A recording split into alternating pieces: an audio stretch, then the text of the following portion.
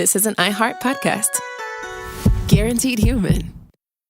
Support for the show comes from Public, the investing platform for those who take it seriously. On Public, you can build a multi-asset portfolio of stocks, bonds, options, crypto, and now generated assets, which allow you to turn any idea into an investable index with AI. It all starts with your prompt. From renewable energy companies with high free cash flow to semiconductor suppliers growing revenue over 20% year over year, you can literally type any prompt and put the AI to work. It screens thousands of stocks, builds a one-of-a-kind index, and lets you backtest it against the S&P 500.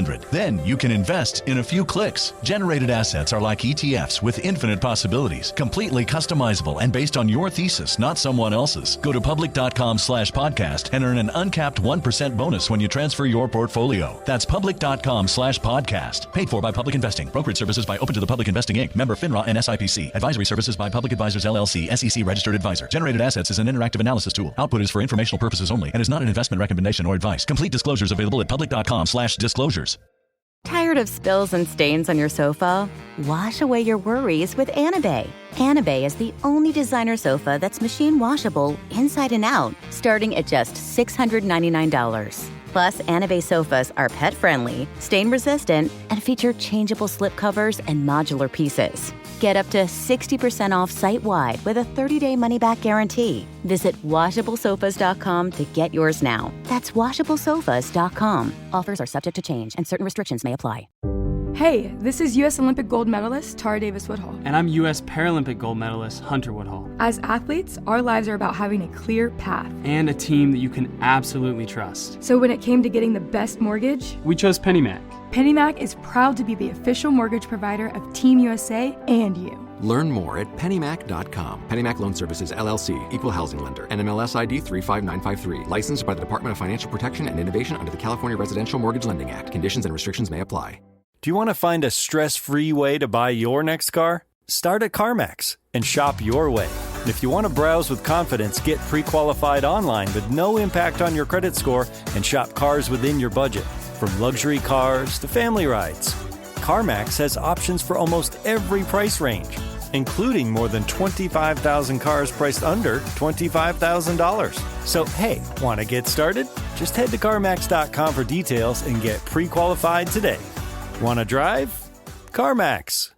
Cool Zone Media. Hey everybody, Robert Evans here, and I wanted to let you know this is a compilation episode. So every episode of the week that just happened is here in one convenient and with somewhat less ads package for you to listen to in a long stretch if you want. If you've been listening to the episodes every day this week, there's going to be nothing new here for you, but you can make your own decisions. Hey, what's up? And welcome to It Could Happen Here. I'm Andrew Sage. I'm Andrew. I'm on YouTube. And I'm joined by... James, it's me. It's nice to be back with you, Andrew. Once again. Yeah. Indeed, indeed. In a time of poly-crisis, unfortunately. Yeah. The housing crisis, people are pretty familiar with the lack of affordability of housing, the way that housing has been speculated upon. You know, the way that more and more people are finding it difficult to get something as simple as shelter. Yeah. And it's particularly generational, right? Mm-hmm. Yeah. Like, I don't generally love generational discourse, but it is a marked difference for our generation compared to the previous generation in terms of housing security. The data bears it out in terms of the age at which people of previous generations were able to get housing versus, you know, what millennials and now Gen Z are dealing with where housing is concerned. Yeah, absolutely. And then on top of that, we're also lacking a lot of public spaces, places to gather, places to reflect, to socialize, to game, to explore, to interact, to discuss. Land and housing and social spaces are really what are at the heart of human survival. You know, we speak of the hearth, as in that space where, you know, humans were gathering. Yeah. But unfortunately, that ownership of that space has been concentrated in the hands of a few people, you know, rich elites and corporations, the state, and in some cases, still literal aristocracies. Yeah. And I'm sure you're very much familiar with that. Oh, yeah. Like, just thinking about like the land I grew up on, for people who are not privy to Andrew and I talking before the show, I just spent some time with the Gwich'in people like in the very north of Alaska there, just in the subarctic. And someone was asking me like about like how I related to my ancestral land. I was thinking about it like the village I grew up in was entirely owned by one family. They owned our house and every other house, and my dad worked for them, and so did almost everyone else who lived there. Like an extremely feudal relationship. Yeah, that's unfortunately the experience of a lot of people through human history, that experience of landlessness, or homelessness. Homelessness is relatively recent, all things considered, or paying extortionate rents, which a lot of people unfortunately would have experienced throughout that feudal period into capitalism. Yeah, definitely. But the thing is, for as long as humans have been humans, long before the states existed and long after the states existed, people are going to stay where they want to stay. They're going to be where they want to be, right? And although the state could come up with all these laws and restrictions and property rights and all these things, and criminalize a very natural human inclination, people are still going to do it, right? And that thing that people do is now known as squatting. Yeah. Right? But it wasn't always so chastised and criminalized with that terminology. Before it was just, you find a piece of land, nobody else is living there. You go and you use that piece of land to survive. Yeah. So today we'll be talking about issues with land ownership, looking into its history as a resistance practice in England. Nice. And seeing where a politicized approach to squatting could take us in the future. Oh, cool. Crime Think's article on squatting was really helpful for this, so I'll link it in the show notes. Land ownership and governance are inextricably linked. Private property and land didn't emerge out of peaceful agreements, but violence. Wars of conquest, colonialism, slavery, and state repression have been the true foundation of these now considered noble and official property titles. What we call ownership today is just violence legitimized by law. And it follows a very similar structure, whether you're talking about feudalism, an empire, land inclusion, or colonization. It starts with violence, it becomes officialized, and then rent is extracted. This is not something that people took lying down, of course. People have long resisted it, but this is why the government responds with the police and the armies to protect the landlords. And the people have criticized and have called out these practices. Thinkers like Ricardo Flores Magón and Alexander Berkman, Peter Kropotkin, Bakunin, all of these hammered home the point of the absurdity at the heart of land ownership. The idea that somebody could just pull up somewhere, claim an area of land as theirs, and back it by soldiers and pieces of paper. Now, anarchists are not in the business of fixating on just one system of domination or the other because they're very connected. Landlords and governments and all the other authorities contribute to the system of domination that we all live under. As Anders Core writes in Anarchist Squatting and Land Use in the West, land ownership and government use exploitation and manipulation in a similar manner. Where a landowner builds a fence, the government erects a boundary. Where a landowner charges rent, a government levies taxes. Where a landowner advertises a vacant house so as not to waste it as an income-producing property, a government encourages migration to those of its territories which are not producing adequate revenue. Where a landowner evicts a tenant, a government wages war against the population. Right now in the United States, as we can see, the government is waging war not only against its indigenous population and its black population, but also its migrant population and a few other populations. The list, unfortunately, goes on. Yeah, like the two are so tied, right? That in many parts of the United Kingdom, as it was moving towards, before we had a universal franchise, right, where people could vote if they were citizens and over a certain age, they had a property owner franchise, right? Like if you owned land, you could vote, and if you didn't, then you couldn't. Landed voting, yes. Yeah. And in a sense, that is still reflected in the way that the government operates today. The landowners, the capitalists, they still have far outsized influence over anyone else, considering the laws and the policies that our governments carry out. Yeah, absolutely. And this is really get into the heart of it because, we may have had the abolition of slavery and the abolition of serfdom, but in no way did the formal abolition of those things end exploitation at all. It just continued in new and old forms. Yeah. Without the police and armies and laws propping them up, private property would collapse. But those things still exist, and it is through those things that the power to exclude, extract, and dominate continues throughout our society and continues to uphold violence throughout our society. Slavery may have been formally abolished, but we still find it in the prison system. Serfdom may have been formally abolished, but we still find it in slightly different forms with debt and the way that people are tied down by debt. And as long as that principle of extraction and exploitation and rent is not dealt with, we will continue to see new forms and old forms springing up. Yeah.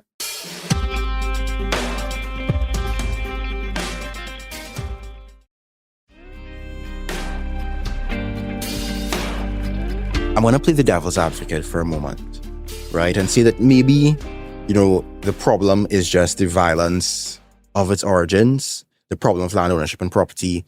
If it just came from violent origins and no other violence continued, maybe it could be excused. Maybe we could say, okay, well, that's in the past and we can do stuff about that, but we could leave the system as it is. Yeah. But the violence didn't stop with the way that the system originated. The violence continues. As Anders Core notes, quote, ownership is enforced through eviction.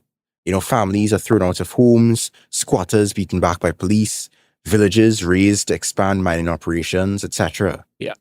And then there's economic theft and cultural destruction involved as well. Because communities are uprooted, indigenous traditions are severed, neighborhood cultures get erased by gentrification. And then all this dispossession drives unemployment. Because without access to land, people are forced into wage labor on the terms of capitalists. This is really how that rapid period of industrialization got started, with the enclosure of the commons.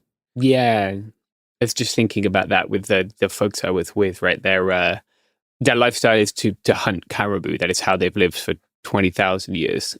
They also fish for salmon, but there are still salmon. There are fewer salmon due to climate change and the downstream effects of that. Right. But they have their own land, a large portion of land, but it's the fact that someone, in this case, the Trump administration, could lease oil rights in other land, which would directly impact their land, because in this case, the caribou can't calve if there are oil wells where they want to have their calves, right? Yeah. And so it's not just that them having some land of their own does not provide a solution to the issue, which is that people can, under our current system, own, exploit, and destroy a resource that should be common. I mean, it really highlights the absurd notion that you can just cut up land. Right. Yeah, exactly. That you can separate it by boundaries and that it's self-contained in that way. All of the land and water on the earth is connected. Yeah. Through all the cycles and systems. It's one big biosphere, right? The damage done in one place will have an impact on another place. And that's so very obvious to most of us now, but our system of land ownership ignores that or pretends it doesn't happen, right? Yeah. Instead, we're upholding this ridiculous notion that you can maintain exclusive lordship, literal land lordship over a couple acres of property and just do whatever you want with it because it's under your name. Right. Yeah, and that's your problem because it's your land. It's ludicrous. It's completely ridiculous to make that claim. Yeah, and on top of all of these consequences, we're also dealing with poverty and hunger because while people are producing lots of food, rent and mortgages continue to keep people in a permanent state of paying just to exist. Yeah. Right? And then this concentrated ownership of land and of property produces inefficient production and environmental degradation because property ends up sitting idle or is used to speculate, even though millions of people are in need of that land, or are starving as a result of lack of access to that land. Yeah. Also, because so much land gets traded around as assets, as property, rather than, it being what it is, which is our commonwealth, there's no need for the owner at the point in time to really care about, the quality of the soil, the impact on its ecosystems, They don't have to. All their concern is, their only need is to concern themselves with profit. Right. Like it's an asset to be traded, not a thing that has inherent value and should be protected, not just because of its economic value, but because it's all that we can leave for future generations, right? Exactly. And I mean, with all these issues with land in mind, I think we can talk now about how people have resisted, particularly in England. Yeah. Which is really why I want to talk to you in particular with this episode. Yeah, okay. I'm excited to hear which particular movement you want to talk about. I mean, so the story can begin in the 1st century. Yeah. Right, with the British tribes resisting the expansion of the Roman Empire. Yeah. We could also speak about the diggers of the 17th century in England. I love the diggers. Being massacred for trying to reclaim common land. Yeah. England has a very long history of land struggles. Yeah, definitely. And it's completely, it's not lost to us now. People have reclaimed, especially like the diggers, right? But there are still commons to an extent, but they're nothing like what they were, right? Like you can go out to Clapham Common and just go graze your sheep if you wanted to. And it's really sad that we've lost that. We've completely, as a nation, like accepted that land is the thing that people can own. It shouldn't just be for everyone. Yeah.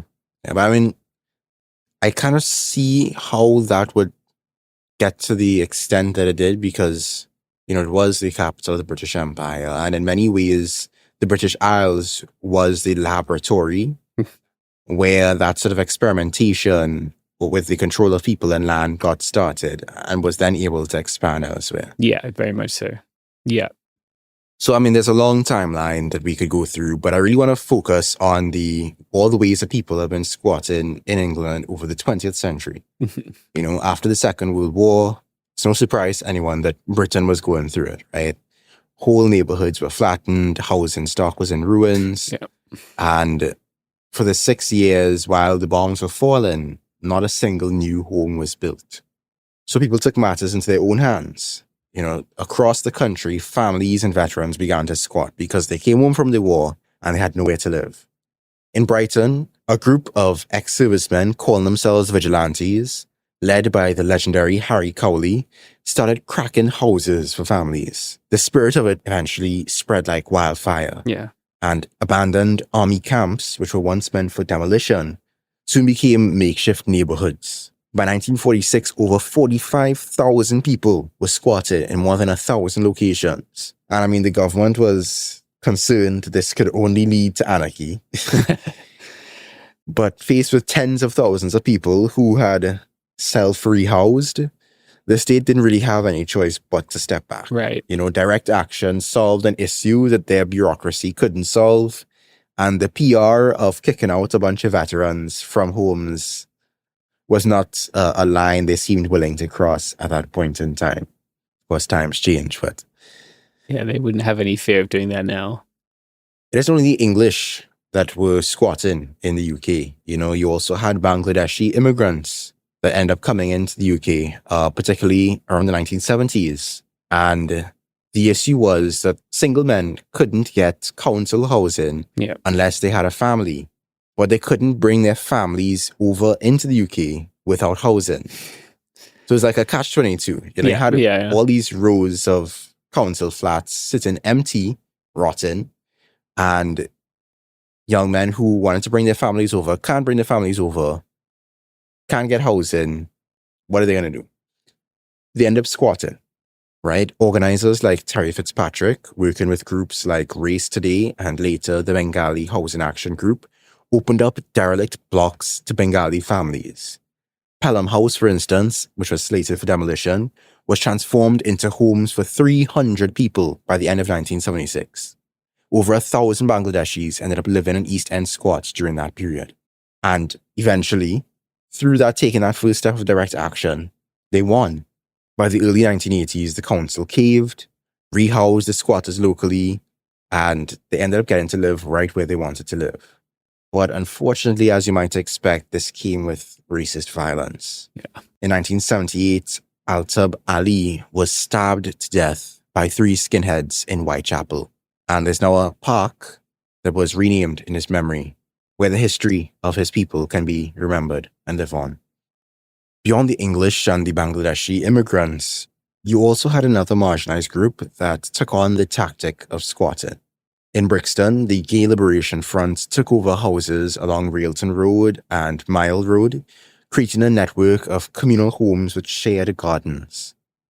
And as you can imagine, in the 70s, 80s, and 90s, this was really a refuge, for queer people dealing with isolation and hostility from their families, from their communities.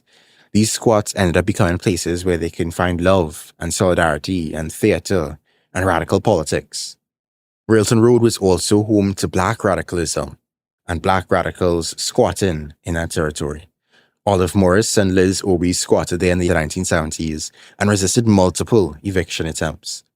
And their space evolved into Sabah Bookshop and later the Anarchist 121 Center, which lasted until 1999.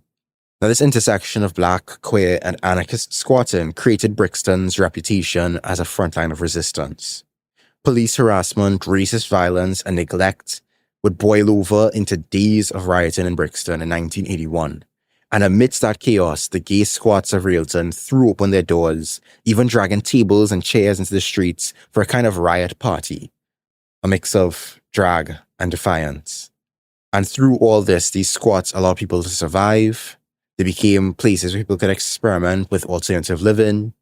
Even had some people declaring independence. There's a space in West London called Frestonia, which issued its own stamps and had a 2-year-old as Minister of Education. Yeah. And then you had other squats ending up becoming seeds for future cooperatives and social centres and even some businesses. But this golden age of squatting kind of came into a decline by the 90s and 2000s. Gentrification and new laws had to tighten the screws. Streets like Bonington Square or St. Agnes's Place, which were once thriving squatted communities, were cleared up. The law was changed to make quote-unquote adverse possession harder, so long-term squatters could no longer as easily claim ownership. And then certain councils like Lambeth Council began selling off properties that it had ignored for decades, evicting people who had been living there for decades, raising families.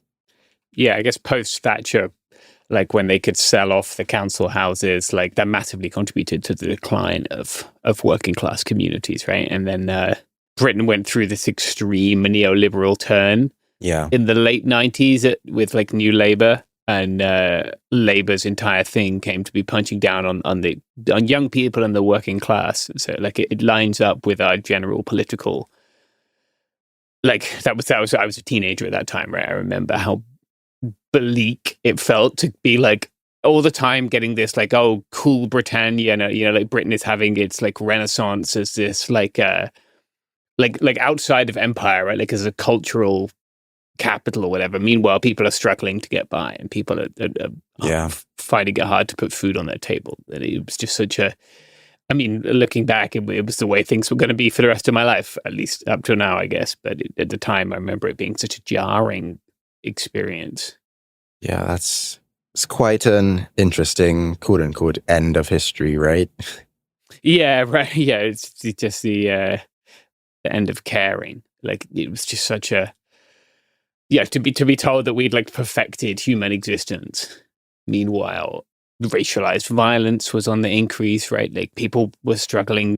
We like had become more connected and aware of each other's struggles. Like we could see people around the world, not just in the UK, struggling, right? We saw the communities that like my parents grew up in just gutted by the withdrawal or the failure of the industries that were there before.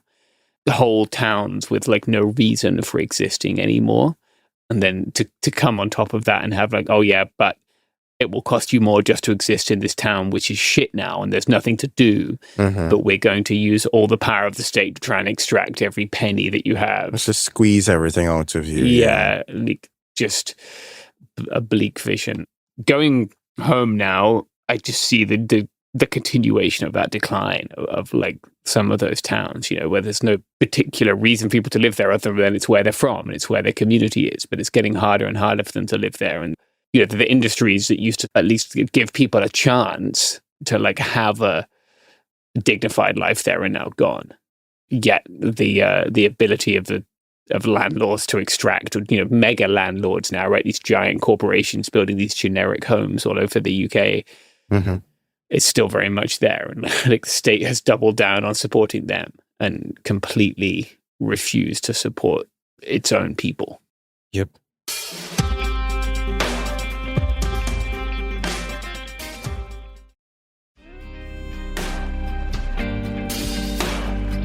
In London, as in elsewhere, the state and the capitalist market have worked hand in hand to really erase our autonomy, our independence, our ability to live and survive.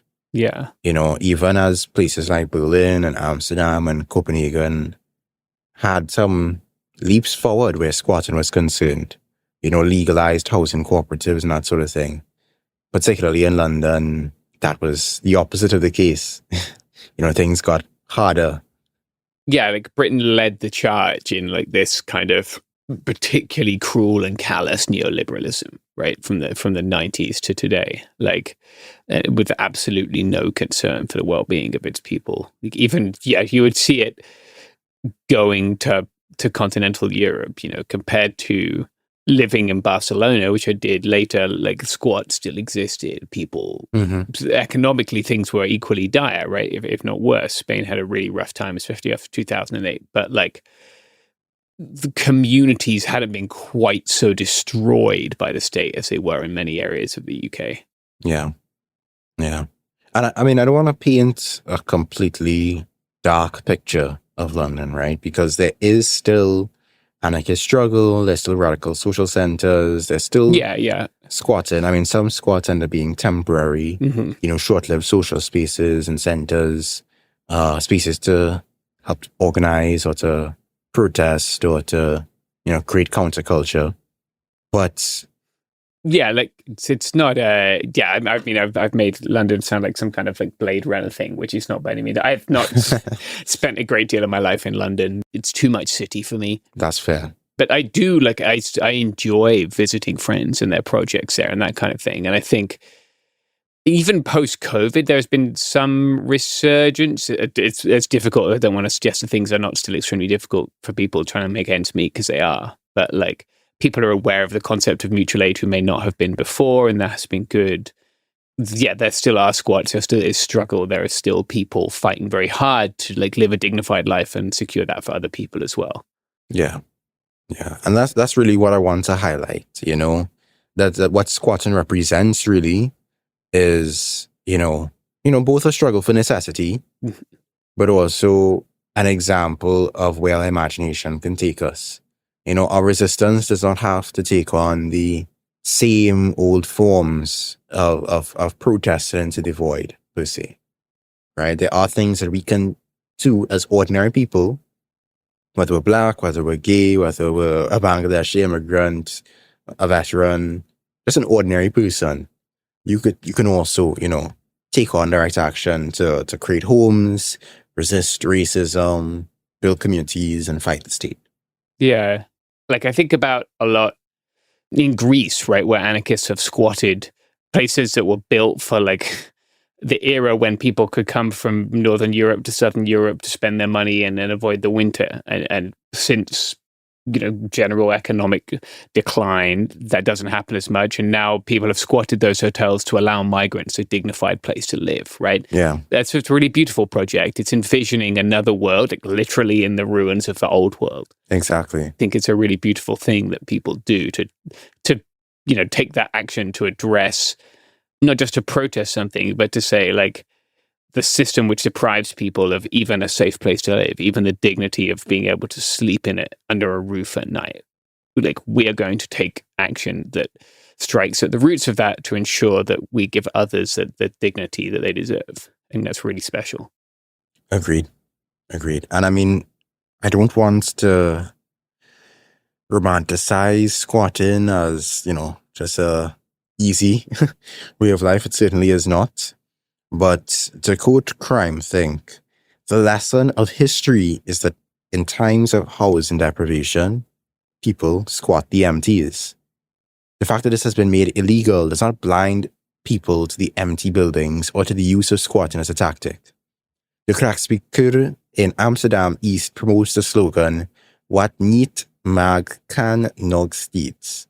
What is not allowed is still possible." Forgive my terrible Dutch. Yeah, mine's not much better.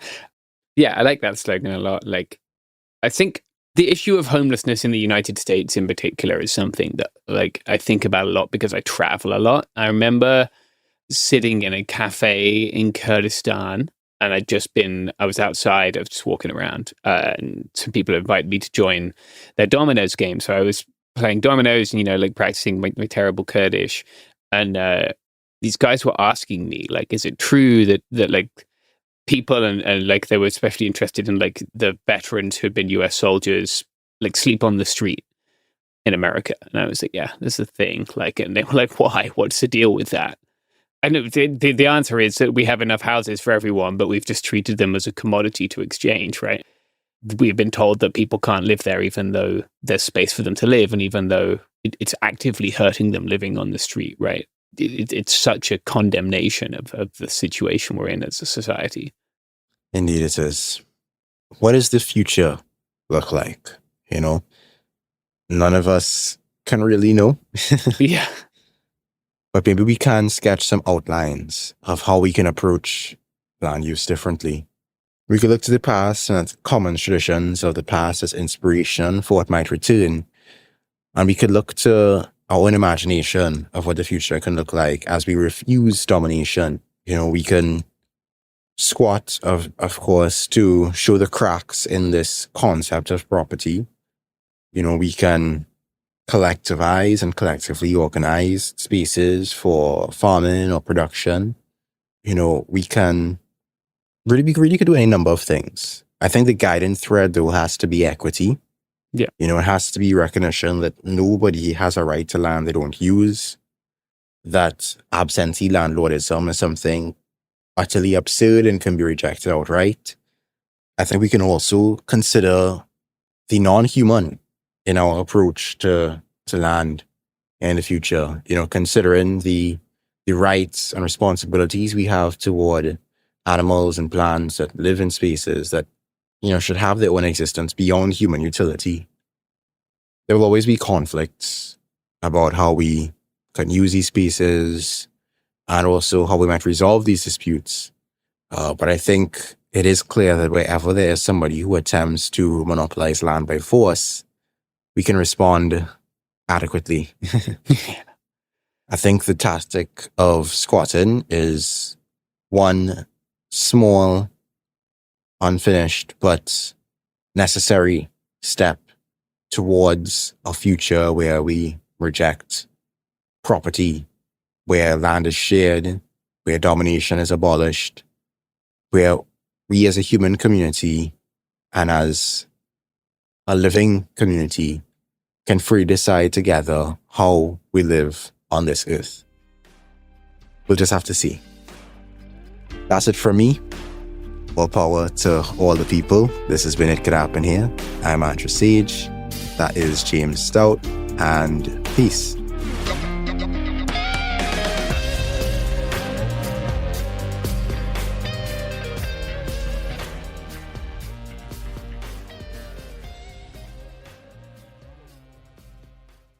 Support for the show comes from Public, the investing platform for those who take it seriously. On Public, you can build a multi-asset portfolio of stocks, bonds, options, crypto, and now generated assets, which allow you to turn any idea into an investable index with AI. It all starts with your prompt. From renewable energy companies with high free cash flow to semiconductor suppliers growing revenue over 20% year over year, you can literally type any prompt and put the AI to work. It screens thousands of stocks, builds a one-of-a-kind index, and lets you backtest it against the S&P 500. Then you can invest in a few clicks. Generated assets are like ETFs with infinite possibilities, completely customizable and based on your thesis, not someone else's. Go to public.com/podcast and earn an uncapped 1% bonus when you transfer your portfolio. That's public.com/podcast. Paid for by Public Investing. Brokerage services by Open to the Public Investing Inc. Member FINRA and SIPC. Advisory services by Public Advisors LLC, SEC registered advisor. Generated assets is an interactive analysis tool. Output is for informational purposes only and is not an investment recommendation or advice. Complete disclosures available at public.com/disclosures.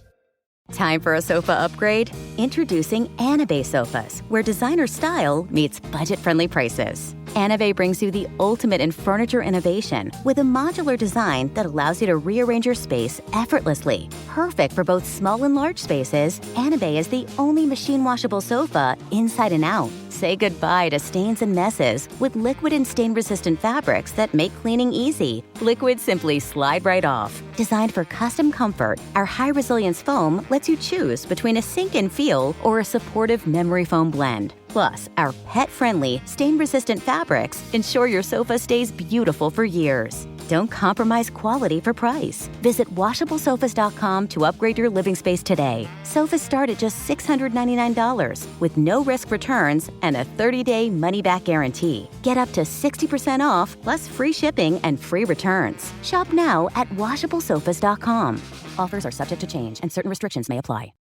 Hey, this is U.S. Olympic gold medalist Tara Davis-Woodhull. And I'm U.S. Paralympic gold medalist Hunter Woodhull. As athletes, our lives are about having a clear path. And a team that you can absolutely trust. So when it came to getting the best mortgage, we chose PennyMac. PennyMac is proud to be the official mortgage provider of Team USA and you. Learn more at pennymac.com. PennyMac Loan Services, LLC, Equal Housing Lender, NMLS ID 35953. Licensed by the Department of Financial Protection and Innovation under the California Residential Mortgage Lending Act. Conditions and restrictions may apply. Let's talk about modern home shopping. It's sort of become a fun side hobby, right? Scrolling listings at night, dreaming about kitchens you've never seen, or backyards you haven't even stepped foot in, all from the comfort of pretty much anywhere. Redfin knows a lot of people like you want to own, but are stuck in this browsing mode loop. That's where Redfin flips the script. With listings that update within minutes and tours you can book right from the Redfin app, you can see your dream home the moment it appears. Now, liking a listing is easy, but actually landing it, that's where Redfin comes in. Redfin has over 2,200 agents with local expertise. And Redfin agents close twice as many deals as other agents. That means they want to help you win, not just window shop. Redfin is built to help you go from just looking to wait, this could actually be home. So become the newest neighbor on the block. Visit redfin.com to start finding and start owning. That's redfin.com. Hello, everyone, and welcome to It Could Happen Here. My name is Dana Al-Kurd, and I'm a writer, analyst, and researcher of Palestinian and Arab politics. I'm an associate professor of political science and a senior non-resident fellow at the Arab Center, Washington. I'm recording this on October 19th, 2025. Negotiators from a number of countries and Israel were in Cairo recently discussing the next phase of the ceasefire agreement between Hamas and Israel. Hamas has since released all remaining Israeli hostages, as well as the bodies of those who were killed, and Israel has withdrawn from certain parts of the Gaza Strip and started to release political prisoners, as well as the bodies of Palestinians who have been killed after they were detained since October 7th. Some of the testimonies from these prisoners is just incredibly hard to stomach. The degree of dehumanization that's been allowed to take place in these Israeli prisons, the torture and abuse that they faced is truly, truly harrowing. Some of the Palestinian bodies that have been released are mutilated with extreme signs of torture. Some were released blindfolded and cuffed, returned with a noose around their neck. Greta Thunberg, who was on the flotilla recently trying to break the siege of Gaza, just also returned from Israeli prison, where she was also abused and stripped and mistreated. She said in a recent interview, if they do this to a white person with a Swedish passport, we can only imagine what they do to Palestinians. And of course, we are seeing this play out before our eyes. In a fair and just world where international law meant something, there would be consequences for this. Instead, today I want to talk about this plan that's been proposed by the Trump administration, the 20-point peace plan for Gaza. Reportedly, ex-UK Prime Minister Tony Blair has been consulting with Trump and his son-in-law/advisor Jared Kushner for some time, hashing this plan out. We'll get back to him in a bit, as he's quite the character. This plan, as the name suggests, has 20 points, but it's a little light on details. It outlines the return of remaining Israeli hostages very quickly within 72 hours. It says the Gaza Strip needs to be, quote, demilitarized. It talks about the creation of an international stabilization force, an international security force, to operate on the ground in Gaza, with the eventual withdrawal of Israeli troops, but within a buffer zone. And this force would consist of soldiers from other countries. It also talks about the formation of a, quote, technocratic, apolitical Palestinian temporary government to run the Gaza Strip territory until the peace process is concluded. But this temporary Palestinian government would only be allowed to engage in service provision, nothing more. That government would also be overseen by a, quote, board of peace run by Trump himself, his pal, Tony Blair, and other yet unspecified members. There is some language on the economic development of a, quote, new Gaza, and some discussion of initiatives to promote tolerance, essentially to de-radicalize Palestinians. Notably, the plan does not endorse ethnic cleansing of Palestinians from Gaza, which was, wildly, a serious thing on the table for a few months that Trump endorsed. But what it does say is still pretty insidious. Essentially, the plan says that a possible pathway to Palestinian self-determination and statehood is conditioned on advances in, quote, Gaza's redevelopment and a, quote, Palestinian Authority reform program that is faithfully carried out. Only then, the plan says, quote, conditions may finally be in place for a credible pathway to Palestinian self-determination and statehood. Basically, if the Palestinians do good, if they comply with the international security force, if they take orders from the Board of Peace, and, quote, reform the PA in some way, and what that means is a really big open question, then maybe their demands for self-determination and statehood will eventually be discussed. As I've said before on previous episodes, that statehood part is a bit tricky, because statehood means different things to different people, apparently. Jared Kushner talked about maybe giving Palestinians a state without the annoying little detail of actual sovereignty. The Israeli prime minister that signed the Oslo Accords, Yitzhak Rabin, which was the first time Palestinians and Israelis agreed to anything directly, said, after signing, that Israel would only ever give Palestinians something, quote, less than a state. The international community keeps recognizing a Palestinian state when the Palestinians don't really have control of any territory. It's like, is the state in the room with us now? It's also important to note here that the plan that Trump is proposing doesn't really include any Palestinian input, at least meaningfully. The goal from Israel and the US's perspective is for Hamas to be removed from the equation altogether. There's some discussion, actually still, of whether they will actually disarm or not, because Hamas has said to the media that it's not considering this. And as I mentioned, there is this throwaway line about reforming the Palestinian Authority. But what that means and how the Palestinian people actually factor in isn't addressed. Here's my educated guess. When Trump and Israel and the international community say they want to reform the PA, we have to look at what they've been doing and pushing for in the past couple of months to understand what that actually means. So for them, if we look at their track record, reforming the PA means figuring out an acceptable alternative from their perspective to replace the octogenarian Palestinian president Mahmoud Abbas so that the PA can seem, on paper, more legitimate and better positioned to sign away Palestinian rights during future negotiations. They've already been pushing behind the scenes to set that up. They pressured Abbas to convene the Palestine Liberation Organization Central Council, change the bylaws, create a vice president position, and appoint a guy that's acceptable to the US and Israel to that role. That man was Hussein al-Sheikh, Palestinian businessman and former security guy, who polls at 2% with Palestinians. What reforming the PA does not mean, it looks like, is actual democratic reform, where Palestinians can choose not only their president, but also on their legislative representatives and on the PLO legislative body, the National Council. It looks like reforming the PA doesn't mean all Palestinians will be allowed to participate if limited elections are held. And it seems it doesn't mean responding to what Palestinian civil society has been asking for, which is reforming the PA by reforming the PLO altogether so that all Palestinians can participate in the discussion of national liberation.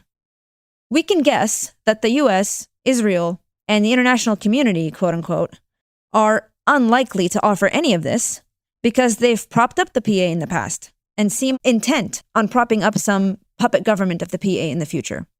But they need the PA as some acceptable Palestinian entity to be even tangentially involved in future negotiations so that they can say, look, the Palestinians agreed too. This is legitimate. Even if that PA doesn't represent people, even if most Palestinians, 85% in the latest poll, are dissatisfied with the PA's conduct, and 42% support the dissolution of the PA altogether. This is a dangerous game to play.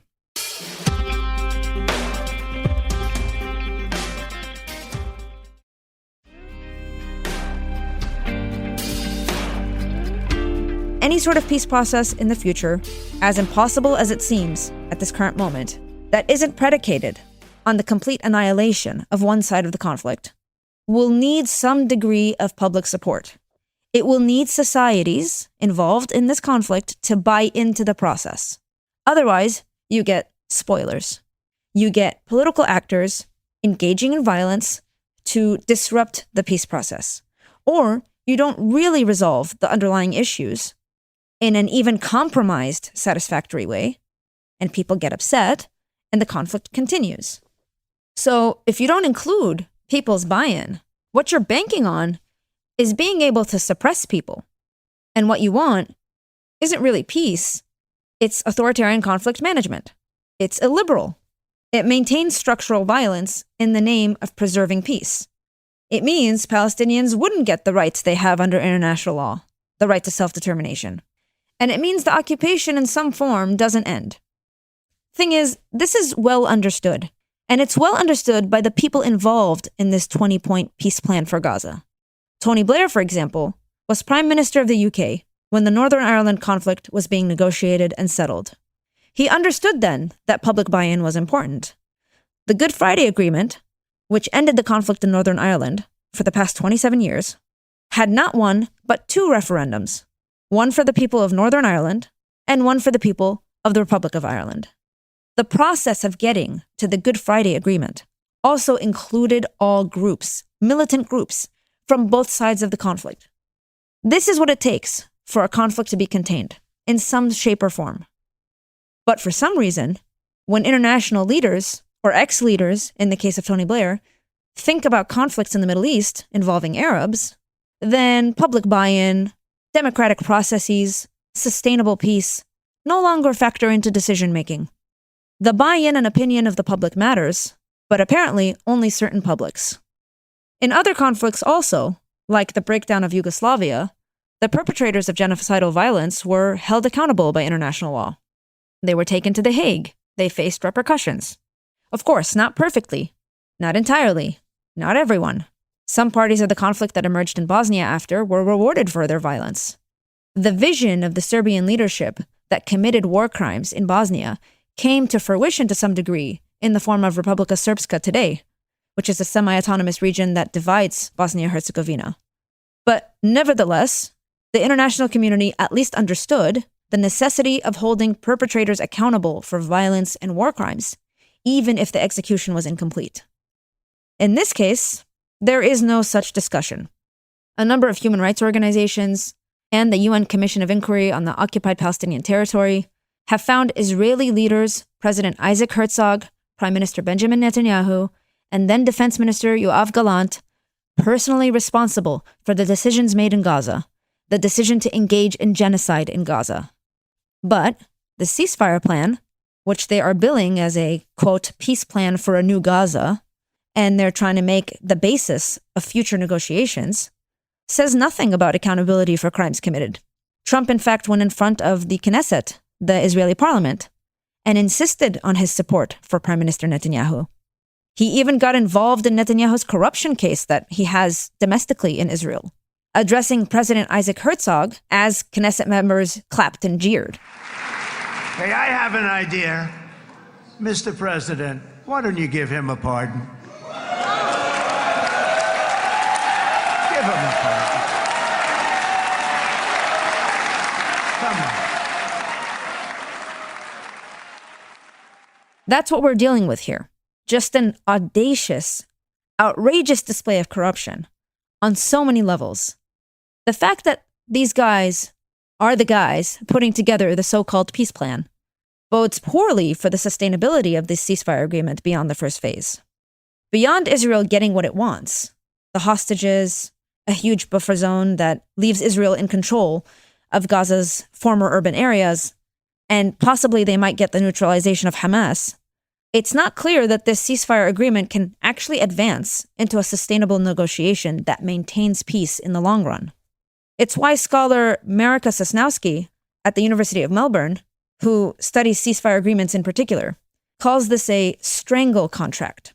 She notes that Israeli withdrawal, release of hostages, and full aid being led into Gaza is the, quote, bare minimum you would expect both sides to acquiesce to as part of a ceasefire deal. She expresses concern that this agreement is highly coercive and that it, quote, enables the more powerful party to force the weaker party into agreeing to anything in order for them to survive. This is in direct contrast to a bargain between two equal parties that can sustain peace. She also very rightly notes that Israel could at any time claim the Palestinians are not abiding by the terms of the agreement and end the ceasefire, justifying restarting the war.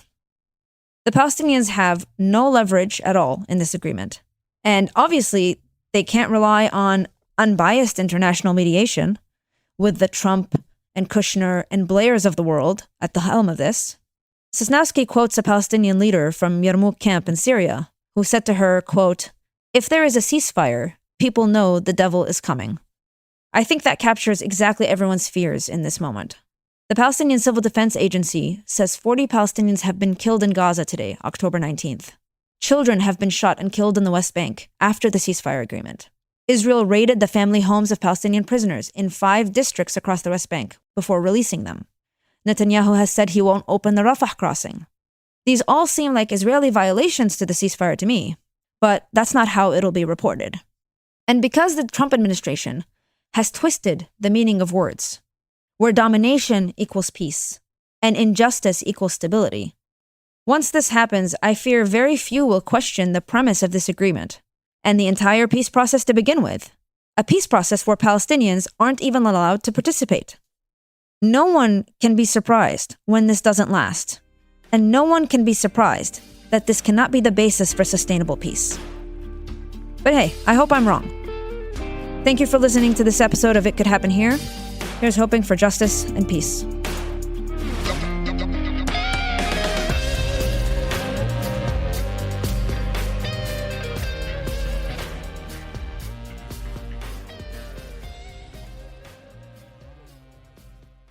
Support for the show comes from Public, the investing platform for those who take it seriously. On Public, you can build a multi-asset portfolio of stocks, bonds, options, crypto, and now generated assets, which allow you to turn any idea into an investable index with AI. It all starts with your prompt. From renewable energy companies with high free cash flow to semiconductor suppliers growing revenue over 20% year over year, you can literally type any prompt and put the AI to work. It screens thousands of stocks, builds a one-of-a-kind index, and lets you backtest it against the S&P 500. Then you can invest in a few clicks. Generated assets are like ETFs with infinite possibilities, completely customizable and based on your thesis, not someone else's. Go to public.com/podcast and earn an uncapped 1% bonus when you transfer your portfolio. That's public.com/podcast. Paid for by Public Investing. Brokerage services by Open to the Public Investing Inc. Member FINRA and SIPC. Advisory services by Public Advisors LLC, SEC registered advisor. Generated assets is an interactive analysis tool. Output is for informational purposes only and is not an investment recommendation or advice. Complete disclosures available at public.com/disclosures.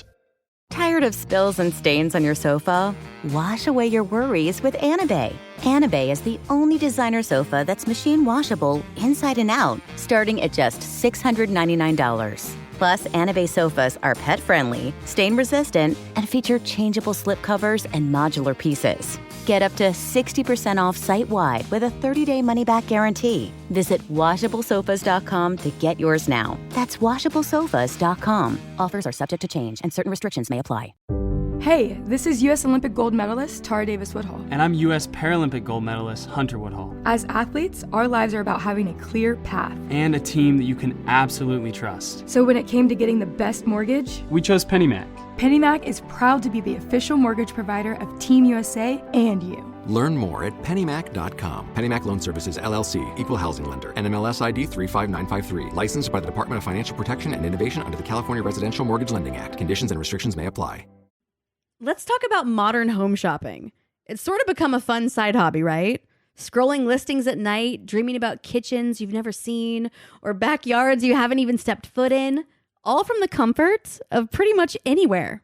Redfin knows a lot of people like you want to own, but are stuck in this browsing mode loop. That's where Redfin flips the script. With listings that update within minutes and tours you can book right from the Redfin app, you can see your dream home the moment it appears. Now, liking a listing is easy, but actually landing it, that's where Redfin comes in. Redfin has over 2,200 agents with local expertise. And Redfin agents close twice as many deals as other agents. That means they want to help you win, not just window shop. Redfin is built to help you go from just looking to wait, this could actually be home. So become the newest neighbor on the block. Visit redfin.com to start finding and start owning.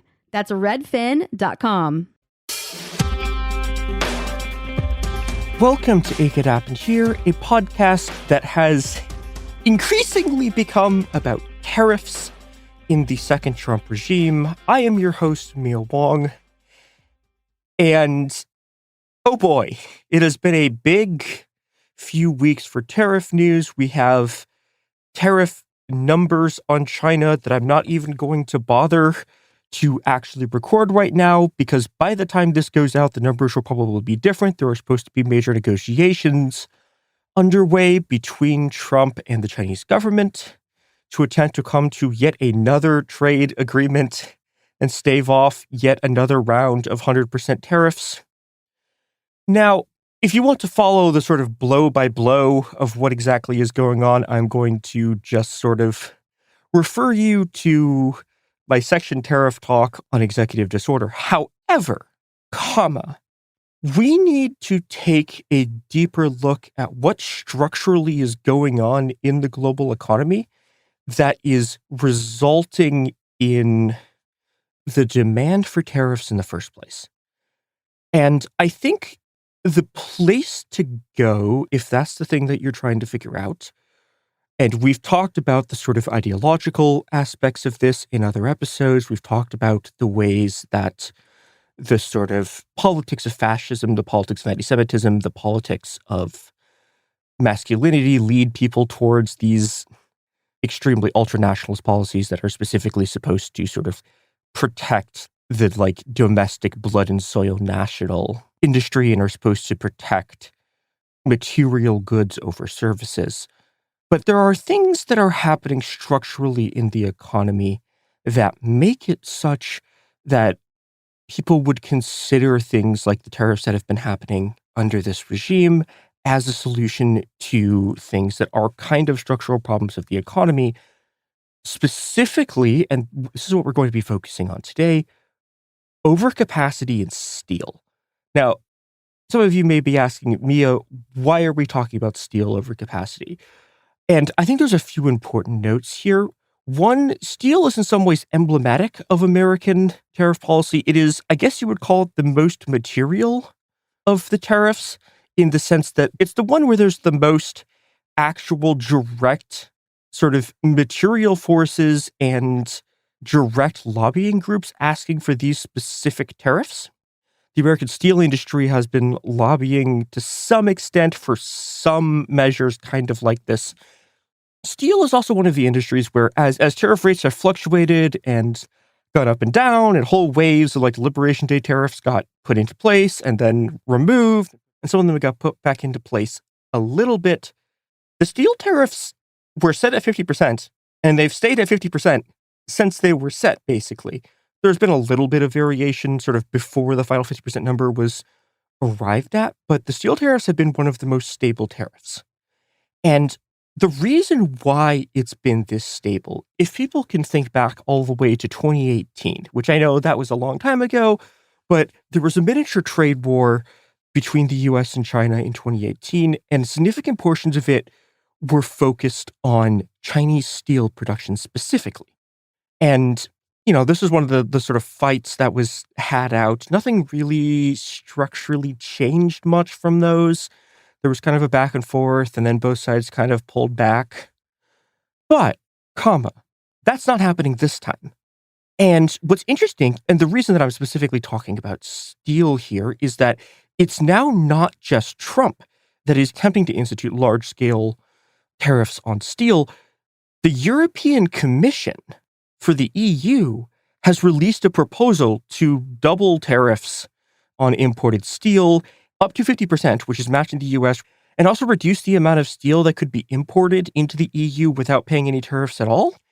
And this is actually massive, because this is an example of the EU effectively following US trade policy for very, very similar reasons as the US. And if we can get to the bottom of what is going on here, and I promise we will, and I promise this will go towards something that is explaining really, truly the macro dynamics of the entire global economy and why it's fucked, if we can actually trace out what's going on with these steel tariffs, we can do that. So let's talk about steel overcapacity. Overcapacity as a concept is sort of convoluted. You have to sort of ask the question, what is the quote unquote correct amount of steel? Because overcapacity, implies that there's capacity to produce steel over the amount that should be produced. So, okay, how do you figure how much steel should be produced? Very nebulous. It's also very difficult to measure because, okay, we're going to try to measure steel overcapacity. There's a lot of ways to do it that rely on things like utilization rates. Right? So you look at the steel facilities, you see how much they're being used at, you see how much, excess capacity there is, how many factories are sitting empty, what percentage of the factories, total output's being used. This doesn't work because the utilization rates of these factories, of this fixed capital, varies seasonally, for example, and it varies due to not just the season, but a whole bunch of other factors, things like labor supply, weather, demand pulls, and a whole bunch of other factors. Utilization rates of steel producing facilities are very rarely at 100%, even in markets where demand outstrips supply. And this makes it very, very difficult to measure China's actual quote unquote overcapacity. I am not going to even really try to give numbers because it's extremely subjective. How do I say this? Based on the research that I have done, I think the numbers you normally see in the West are inflated because they are not accounting for things like the weather, because it is in the interest of sort of Western research institutions, but for example, Western financial institutions, specifically steel companies, and they're sort of like allied China hawk, sort of like academics to have the number be as high as possible. You will also see numbers from people who are tied to the Chinese government. And when I say tied to, I mean kind of in a loose ideological sense, in the same way that the China hawks are, or the China hawks tend to actually be more directly connected to the US government. Their numbers are probably also too low, but I don't want to give you the impression that I have a extremely certain understanding of what the exact number of billions of tons of excess steel production is happening. What we can sort of agree on is that there does seem to be some kind of overcapacity in the Chinese economy, right? And this is something that the Chinese Communist Party also agrees on. If you go back to a document that really, really few people in the US have ever seen to have heard of, which is the wonderfully titled Opinions of the CPC Central Committee and the State Council on Further Promoting the Development of Ecological Civilization, which was one of the founding documents of Chinese environmental policy and the ideological sort of underpinnings of this thing called ecological civilization, which is the basis of Chinese environmental policy. One of the things that they mention a lot is specifically overcapacity, right? They are actually very concerned about the overcapacity of steel from an ecological perspective. And this is sort of fascinating because we'll be looking at some scholars later who are favorably quoted in Chinese state media's sources describing how there isn't actually overcapacity because states say different things in different places, and this is in fact extremely common.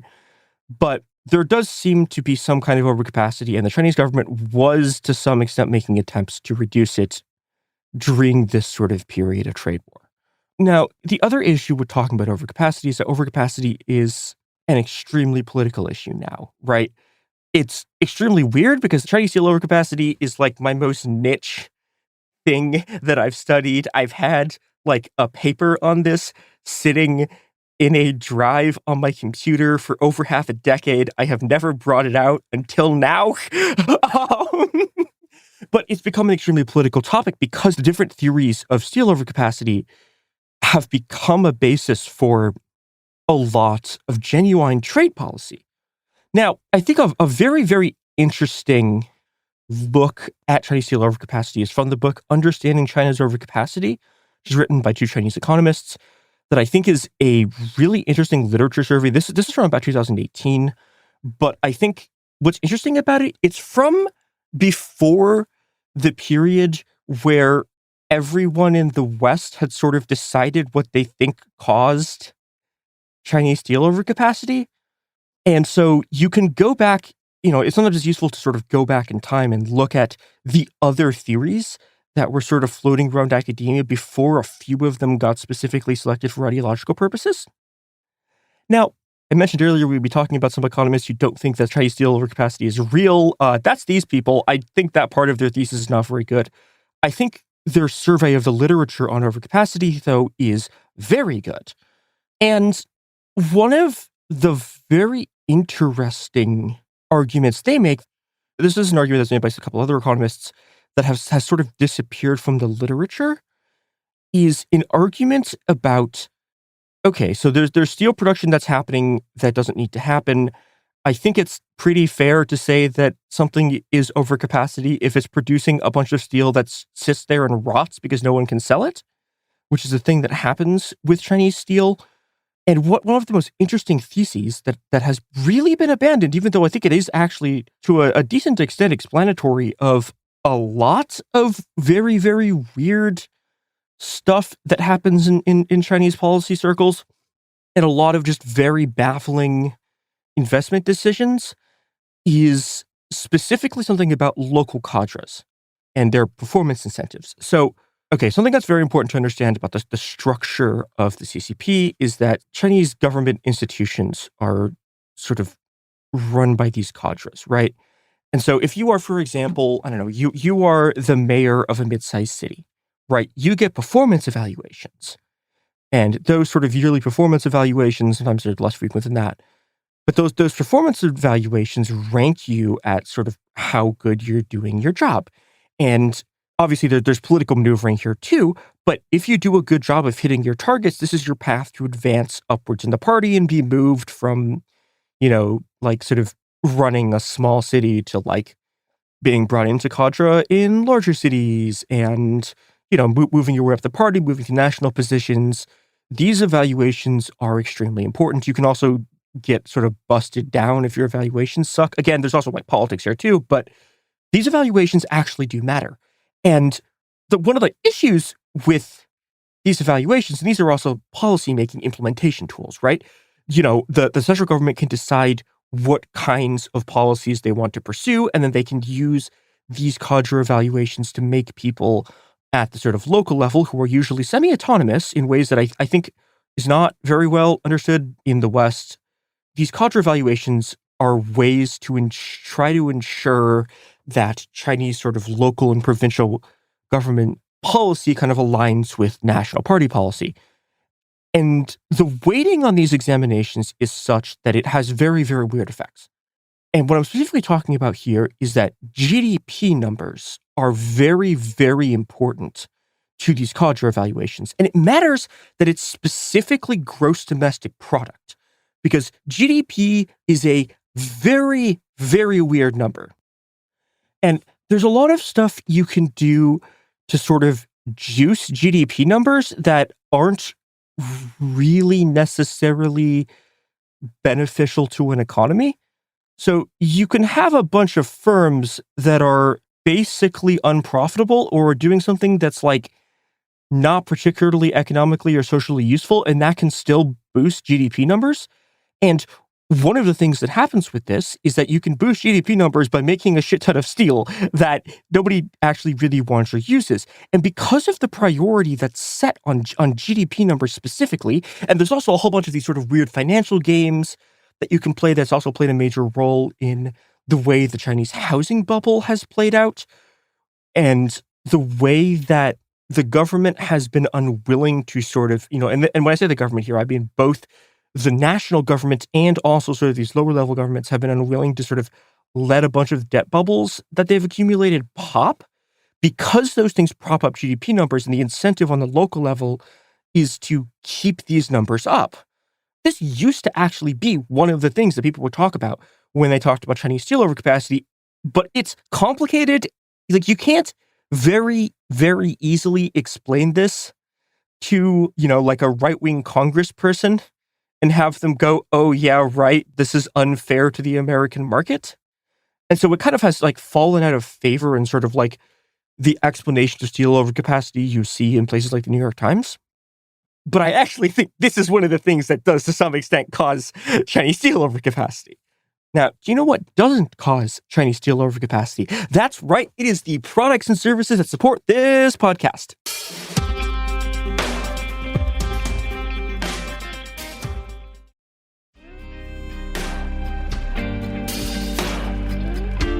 So I wanted to talk about the local cadre explanations because I actually think these are kind of important.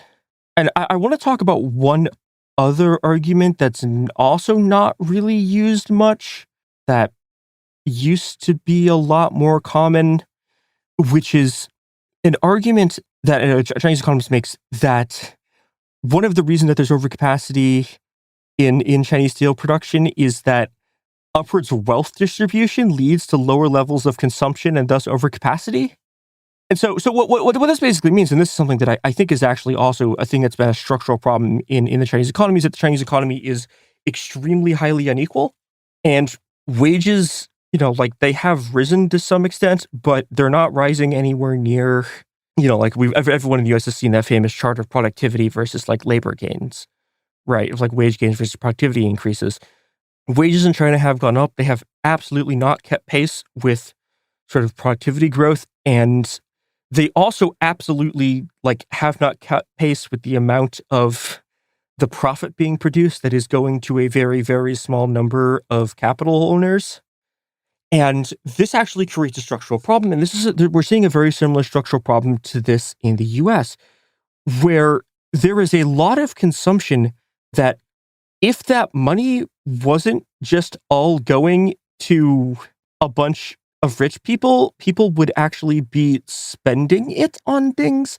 And particularly in Chinese context, the argument was that if there was a better distribution of wealth, people would buy more houses. And this would actually reduce overcapacity, because suddenly a bunch of the slack capacity would be being used to build houses, except people can't afford the houses. And this is a structural problem that economists have sort of known about for decades and decades, which is that China has been, for a very long time, the whole thing was that they were trying to transition into a consumption economy, which is to say they were trying to transition into an economy that was fueled by its own internal consumption. The US is, to a large extent, sort of kind of works like this, where, you want to increase the level of consumption, the amount of stuff that people in your country are buying. And this is a way to sort of create a middle income country, right? And China has historically not been able to do this, and they haven't been able to do this because they won't raise wages. But, if they won't actually raise wages enough to increase people's consumption levels, then you're left with structural overcapacity because demand is being lowered because people don't have any fucking money.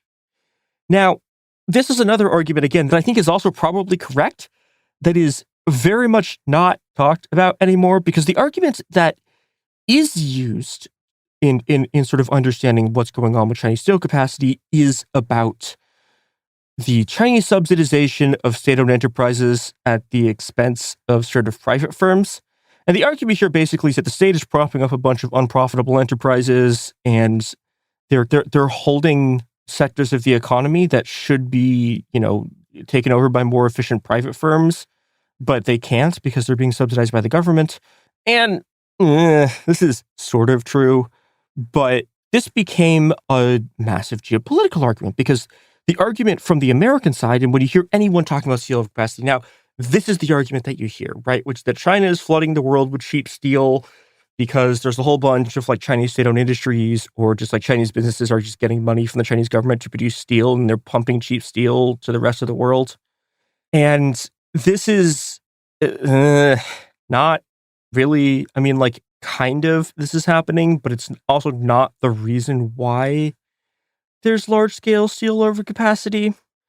And of course, the argument is that China isn't competing fairly in the market. Like, this is very silly. Markets have never worked without large-scale state, quote-unquote, interference. Like, American companies also get extremely high levels of subsidization, et cetera, see all of U.S. corn policy.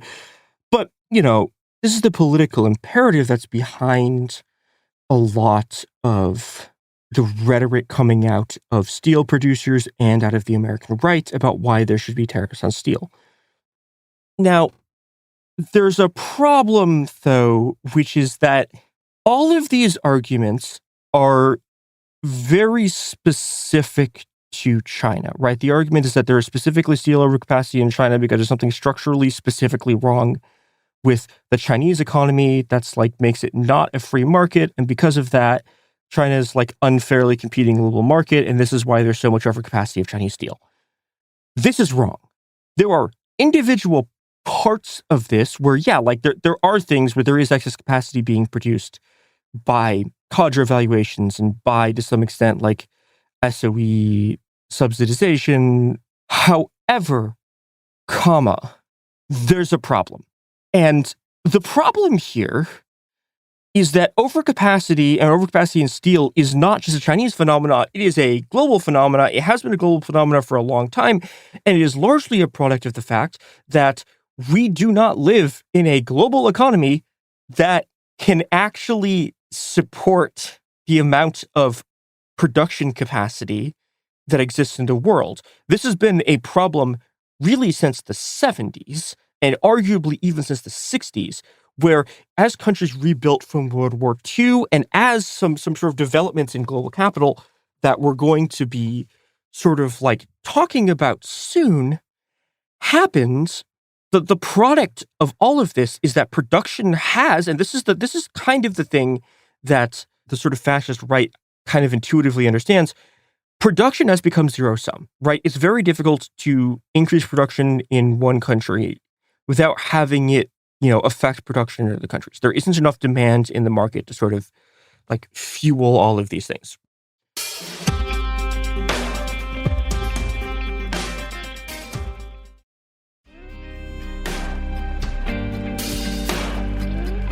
So why is there not enough demand to fuel the amount of supply that would be necessary to make there not be overcapacity? The answer to this in sort of Marxian theory is that, as they sort of put it, overproduction and underconsumption are doubly constructed. I'm going to read a quote from Endnotes Volume 2, and then we're going to explain a little bit what that means. The wage allocates workers to production and at the same time allocates the product to workers. So what that means is that underconsumption and overproduction are in effect the same thing, right? Because the way that we allocate workers to what thing they're going to do and at the same time allocate products to those workers is the wage, which is one thing. So overproduction and underconsumption are the same thing, right? And they're caused by the same structural elements of the wage relation. Now, this means that the Chinese capacity crisis is actually part of a larger crisis, right? The thing about the double construction, of overcapacity and underconsumption, right? The fact that they are really the two things that's unified in the fact that, your wage allocates what kind of production you're doing and what you can consume. The fact that both those things combined are realized in this sort of secular crisis in what's called Marx's absolute general law of capitalist accumulation. So what the fuck is that? The short version is over time in capitalist economies, there's supposed to be an increase of what's called the organic composition of capital. Basically, the organic composition of capital is a way to measure how much in the labor process is like fixed capital to variable capital. So it's like how much factory is there relative to the amount of worker there is. And Marx's thesis, which has generally been borne out, although we'll talk a little bit about that more later, is that this composition is going to increase. And as it increases, accumulation also needs to increase in order to maintain employment levels.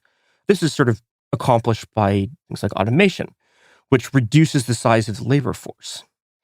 And thus, to quote endnotes again, as accumulation proceeds, a growing superabundance of goods lowers the rate of profit and heightens competition across lines, compelling all capitalists to, as Marx said, economize on labor.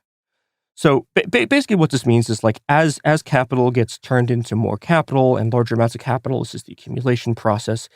As this continues, right, you get this massive sort of increase in the amount of goods that are being produced. Eventually that lowers the rate of profit in a sector. And eventually what that does is, in order to sort of economize on labor, capital increases the amount of automation, reduces the amount of people that they need in the labor process. This is what's generally known as automation and the sort of crisis of people getting kicked out of their jobs because of it. As this process is sort of generalized across sectoral lines, across different parts of the economy, the relative demand for labor decreases and workers are spit out of the wage relation, which is the fancy Marxist way to say they become structurally unemployed. And the thing that happens when you get kicked out of the capitalist wage relation is you get kicked into informal labor and slums, which, decreases demand and increases overproduction at the same time overcapacity is skyrocketing, right? Because you have increasing numbers of people who have been spat out of the formal economy who no longer have access to regular wages. The wages they get in the informal economy are less than the ones they would get in the formal economy. And as we were saying, right, access to like the wage both determines production and consumption. So if you lose access to the wage, right, and there's still more stuff being produced because of automation levels, what you get is a massive skyrocketing double increase in overproduction and underconsumption, right? Because there's just not enough money to fucking buy the stuff. And the result of this is immiseration. Everything gets fucking worse. This sort of used to be an academic argument. It is no longer an academic argument. It is just the terrain on which economic policy unfolds. Now, the immiseration thesis is as a sort of like general law of capitalist accumulation has been argued about constantly. There have been ways that it's been avoided. One of the biggest ways traditionally has been by capitalism sort of transforming goods into services. So, for example, like the operative example of this is the transition in the U.S. from rail lines to cars, something that endnotes points out. So, you get these new industries that are both labor and capital intensive by replacing train with car. You can absorb huge populations of workers as well as incorporate the peasantry into the industrial economy by sort of like converting these things into services. This has sort of been what the economy has been increasingly converted into, a service-based economy of various kinds. That's kind of what's happening now. And you can see this process at work in the Chinese economy back when it was, really growing in the 90s and 2000s. But, once the peasantry had been absorbed as sort of both a new market and a new labor force with lower cost of reproduction because wages are cheaper for a bunch of structural reasons, the old tendencies of capital set in.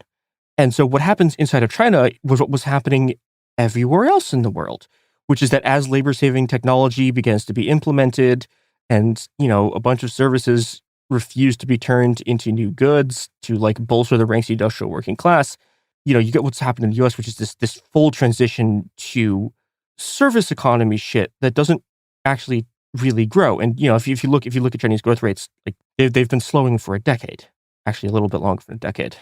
And so, as China was integrated into the global economy, it too became caught in this cycle of industrial booms where, you get an industrial boom where you have a country with favorable exchange rates to the US dollar that inevitably sets off, the economy is on the bad end of the exchange rate to collapse as they're forced to bear the weight of global overcapacity.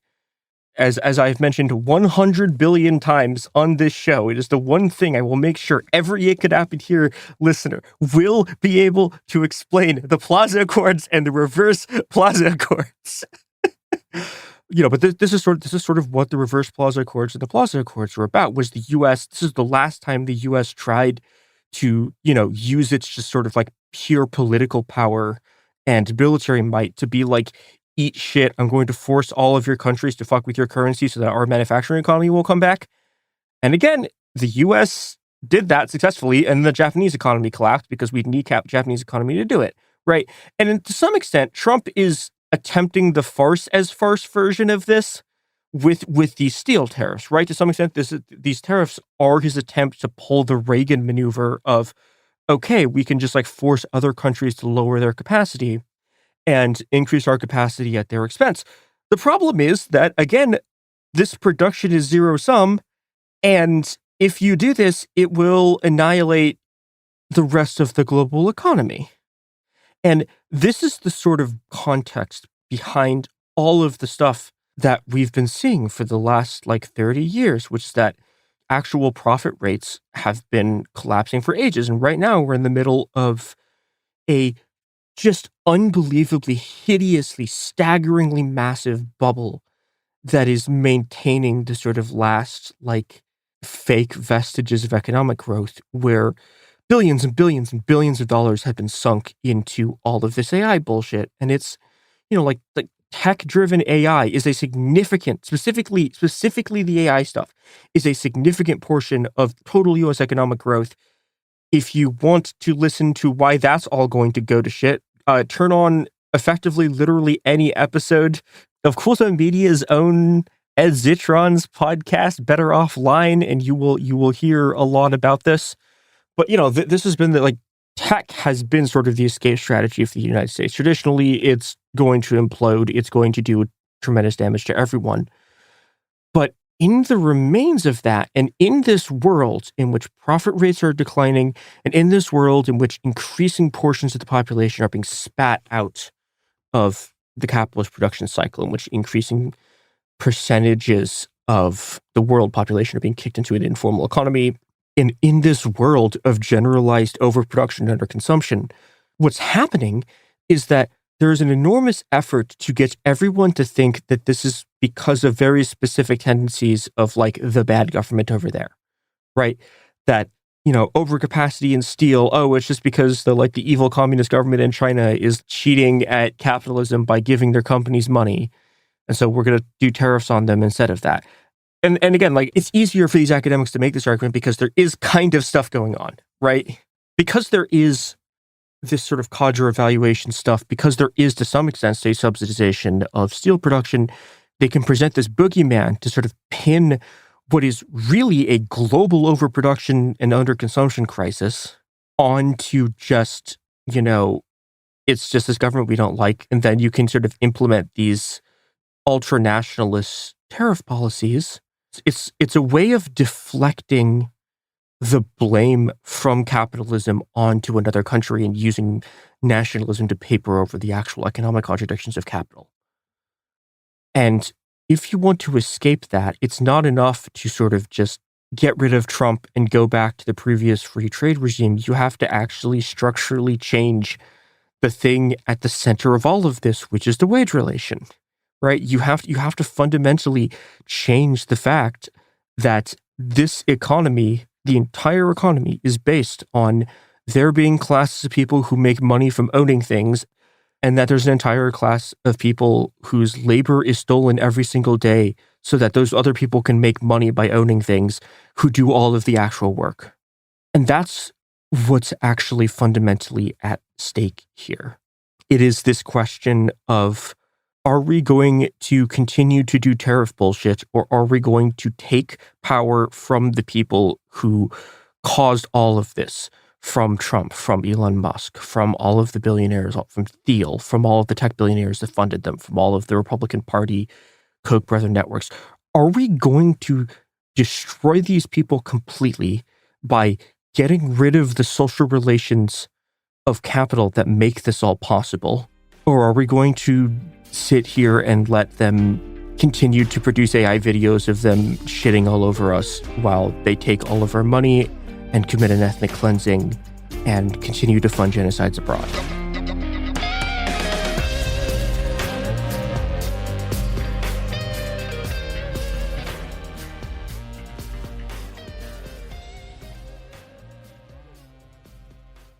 Support for the show comes from Public, the investing platform for those who take it seriously. On Public, you can build a multi-asset portfolio of stocks, bonds, options, crypto, and now generated assets, which allow you to turn any idea into an investable index with AI. It all starts with your prompt. From renewable energy companies with high free cash flow to semiconductor suppliers growing revenue over 20% year over year, you can literally type any prompt and put the AI to work. It screens thousands of stocks, builds a one-of-a-kind index, and lets you backtest it against the S&P 500. Then you can invest in a few clicks. Generated assets are like ETFs with infinite possibilities, completely customizable and based on your thesis, not someone else's. Go to public.com/podcast and earn an uncapped 1% bonus when you transfer your portfolio. That's public.com/podcast. Paid for by Public Investing. Brokerage services by Open to the Public Investing Inc. Member FINRA and SIPC. Advisory services by Public Advisors LLC, SEC registered advisor. Generated assets is an interactive analysis tool. Output is for informational purposes only and is not an investment recommendation or advice. Complete disclosures available at public.com/disclosures. Tired of spills and stains on your sofa? Wash away your worries with Anabay. Anabay is the only designer sofa that's machine washable inside and out, starting at just $699. Plus, Anabay sofas are pet-friendly, stain-resistant, and feature changeable slip covers and modular pieces. Get up to 60% off site-wide with a 30-day money-back guarantee. Visit washablesofas.com to get yours now. That's washablesofas.com. Offers are subject to change and certain restrictions may apply. Hey, this is U.S. Olympic gold medalist Tara Davis-Woodhull. And I'm U.S. Paralympic gold medalist Hunter Woodhull. As athletes, our lives are about having a clear path. And a team that you can absolutely trust. So when it came to getting the best mortgage, we chose PennyMac. PennyMac is proud to be the official mortgage provider of Team USA and you. Learn more at pennymac.com. PennyMac Loan Services, LLC, Equal Housing Lender, NMLS ID 35953. Licensed by the Department of Financial Protection and Innovation under the California Residential Mortgage Lending Act. Conditions and restrictions may apply. Let's talk about modern home shopping. It's sort of become a fun side hobby, right? Scrolling listings at night, dreaming about kitchens you've never seen, or backyards you haven't even stepped foot in, all from the comfort of pretty much anywhere. Redfin knows a lot of people like you want to own, but are stuck in this browsing mode loop. That's where Redfin flips the script. With listings that update within minutes and tours you can book right from the Redfin app, you can see your dream home the moment it appears. Now, liking a listing is easy, but actually landing it, that's where Redfin comes in. Redfin has over 2,200 agents with local expertise. And Redfin agents close twice as many deals as other agents. That means they want to help you win, not just window shop. Redfin is built to help you go from just looking to wait, this could actually be home. So become the newest neighbor on the block. Visit redfin.com to start finding and start owning. That's redfin.com. Hi, everyone, and welcome to the show. It's me, James, today, and I'm very lucky to be joined again by Eric Mesa, who's the Borderlands coordinator for the Sierra Club. Hey, Eric, how are you doing? I'm doing okay, James. Thanks so much for the invitation. Yeah, thank you for joining us. Sadly, we don't have a lot of good stuff to talk about right now. It's a pretty difficult time in the Borderlands. But maybe we could start off with something that I've reported on briefly in our weekly news show. The Border Patrol is currently soliciting comment for its plans to build border wall through the Otay Mountain Wilderness and other areas west of Tecate, right? Could you explain a little bit about what they're proposing and what the consequences of that will be? Yeah, well, hi, everybody. So happy to be here and not so happy to be sharing this news. But so what the announcement was recently by the Border Patrol, especially on the San Diego area, is the announcement of the approximately 9.7 miles of new border barrier system. And on top of that, over 51 miles of what they call now system attributes. Yeah. And this is going to have a huge impact on the area. This is going to be about 2.9 miles west of the Tecate port of entry, going through an area that it is very remote mountain region. And Yeah. Some of people hearing this are more familiar than I am. I've actually never been, but I've been talking to some of the local organizations that do humanitarian aid in the region. And I know that Tecate Peak is in that area. And then you start going west into these beautiful mountains that are also the birthplace of the Tijuana River. That's exactly the area where it's going to go. Yeah. So right now, CBP is accepting comments and asking people in the community what kind of concerns do they have. Concerns in regards of the environmental impacts of a project like this, what kind of social and economical impacts. So they open up this section on their website with an email address where people can share some of these concerns. As you mentioned, I'm part of an environmental organization, but we also have all kinds of concerns for a project like this, including the border barrier and the system attributes, which are very poorly described of what they mean. Some of the things that they mention as system attributes is the increase of lighting infrastructure, surveillance equipment, and new roads for access for border patrol vehicles. Yeah.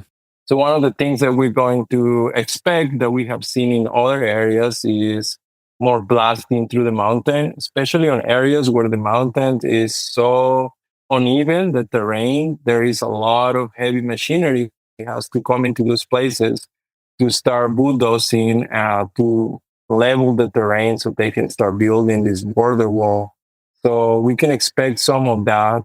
And with that come a lot of issues because there's going to be the need to start drilling wells at the border to extract this water for mixing the concrete for the foundation. If there was any road out there, they're going to probably widen the road 2 or 3 times to allow this heavy machinery to access these remote areas. And this is just going to be the beginning, just setting up the panels. But whenever you go to these places and start disturbing the native soil, you can expect all kinds of consequences in regards of invasive species of plants. You can also expect some flooding and removal of native vegetation. In some cases, there are some species that are rare on the area. Yeah. That having these impacts, can be long lasting for them to be able to recover if they're able to do so. The area on the south side of the border is also an area where animals need to be moving back and forth. So species like the native mule deer colony that lives there, there is mountain lion and other species of mammals, and pretty much everything that is 4 inches wide that it's not going to be able to make it through that border wall. Yeah. So, we're just raising these concerns and sharing with the community so they're able to also as well send an email to CBP, Customs and Border Patrol, and express these concerns. And also to remember that these areas have been sacred sites for the indigenous communities since time immemorial. So we might lose some very sacred sites for the tribes forever. Yeah, like I know the topic Tecate Mountain has been sacred to Kumeyaay people. I believe it's Kuchuma in Kumeyaay, but it's been sacred to them for, as you say, much longer than this has been the United States. That's correct. You and I have both seen it in different places, right? The damage that the border wall does, not just to people. I've seen mule deer running along it, they're clearly trying to find a way through, right? Like this is their habitual pathway. There are some areas very, very near the border, like within 100 yards of the border, where there are naturally occurring creeks and little ponds which will hold water at a time when water can be very hard to come across here. And so I've seen deer kind of distraught almost, trying to get to this place where they've obviously learned that they can get water, but now they can't. It's really heartbreaking on top of all the other cruelty that it does. I suppose we should address, like, I'm not sure how much we can accomplish by the comment period, right? But it has value nonetheless. Like trying to do something, I think, has value. It shows that we didn't let this just happen. Yeah, that's right. I honestly am not very hopeful from these comment periods because this is not the first time they're asking the community to provide input. And with past experiences that we have organized in other areas, other segments of the wall, even in other states, we haven't get a response, even or an acknowledgement of these concerns. So that by itself is really concerning. But I think it is important that the communities around these areas are aware about this and they get involved, and that there is this community sentiment against this abuse of power that the administration continues to do in the borderlands, and using them as this sacrifice zone, as these testing grounds for what can potentially continue to happen or expand to not only on the border, but in other cities like we are seeing with the expand of militarization nowadays. Yeah, definitely. Like all the stuff that is really bad in America right now, like it started at the border. That's right. People are seeing it in their communities now, but like we've been seeing it where we live for a long time. Can we talk a little bit about, there's been some other construction, right? Then with San Diego is not the only place right now. There's a significant budgetary allocation to construction a border barrier, and there's more construction east of San Diego, right? Yeah, that's right. Most of the construction that is happening right now, it was with old funding. It was from the 2021 funds that were available since the first Trump administration. So we were hoping that that was going to be like the end of the funding. But since the proposal and passing of the quote unquote big beautiful bill, we got to remind ourselves that now the administration has allocated $46.5 billion for border security. And that includes border barriers and system attributes. So pretty much anything related to border security right now, they have the funding to do it. They pretty much have the funding to put a double wall across the whole US-Mexico border. Yeah. So that's huge. You know, in recent days, we got a new wave of contracts that were awarded. In October 10, we got this announcement that out of this funding, the 46.5 billion, they allocated for a little bit over 4 billion. And this will fund them 230 miles of new physical barriers and 400 miles of surveillance technology across the US-Mexico border from California to Texas.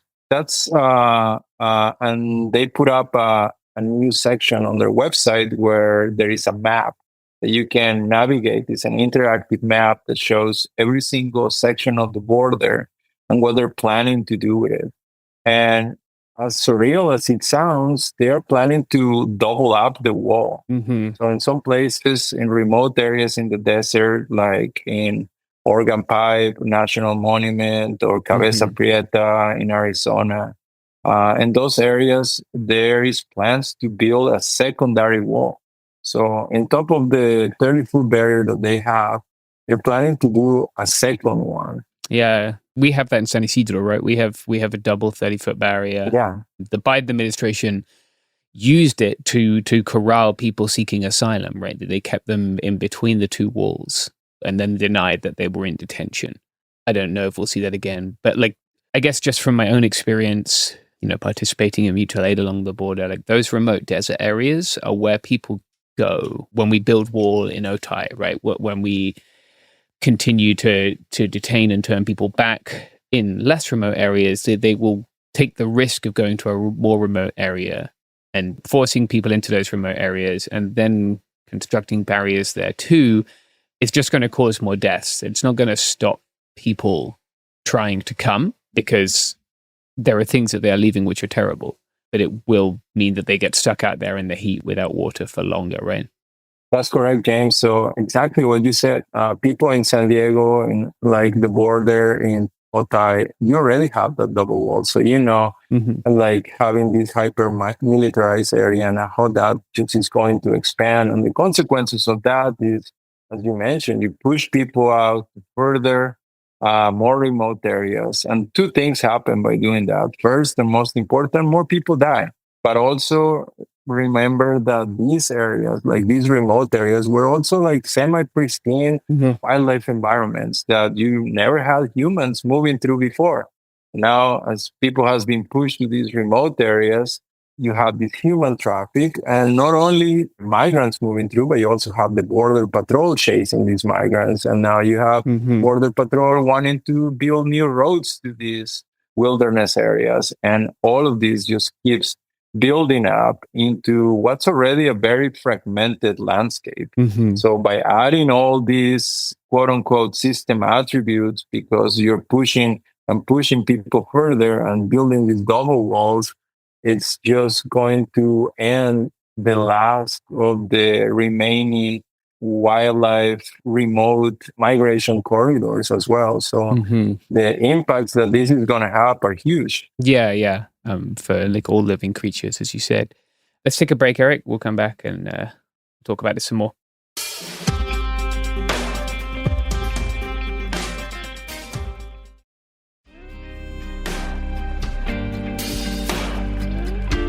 All right, we are back. Let's talk about like how people are organizing, right? Like at this time when it does seem really bleak at the Borderlands. Like the Trump administration didn't really construct very much wall in its first iteration. It did construct a bit, but not as much as it wanted to. And you and I are both very familiar with the consequences that has had, right? Like it has caused more people to die. The Biden administration continued constructing and quote unquote repairing border barriers. They also pioneered outdoor detention. And like it just seems like things with whoever gets elected, but more rapidly under Republicans, get worse. What are people able to do? Well, we've spoken about this a lot on this show, but I'd love to hear your perspective too. It's been hard, honestly, as a person working on environmental issues in the border, because definitely the losses are much more than the wins sometimes. So that can be disheartening. Yeah. But there has been some glimpses of hope. I think one of the things that we did here in Arizona that was definitely felt really good and gave us some hope is when the governor of Arizona decided to put some shipping containers and make his own makeshift wall. Yeah. So a bunch of people really came together on the community outrage, because this was just some really dumb idea in one of the most remote, beautiful areas where there is not even people moving through, and it was just going to destroy the environment. And the governor went out there and spent $200 million of taxpayers' money to buy these shipping containers and build this border wall. So we were actually, all the community came together. We showed up out there in the desert and stopped the machines. And we said, no, you're not going to move any further. And because what they were doing was actually illegal, we were able to get away with it. And those shipping containers are gone right now. Still, Arizona taxpayer paid $200 million to destroy their own environment. Just let that sink in. We can be using that money for much better things. So I think that precedent and that movement, that sense of community that was built after that resistance, it has continued. After that, like there is a lot of self-organized grassroots efforts going on for border resistance, and that encompasses humanitarian aid groups, environmental groups.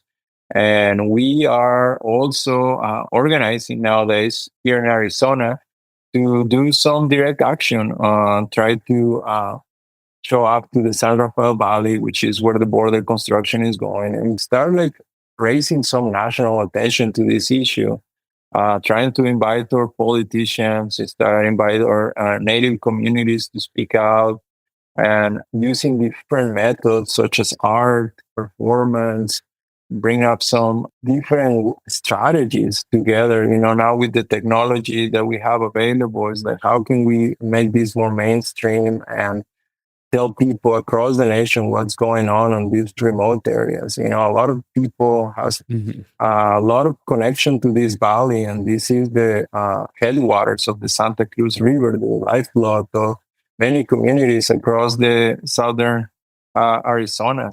And at the same time, on the other side of the coin, there is all this oppression by the government to anything that is against their will.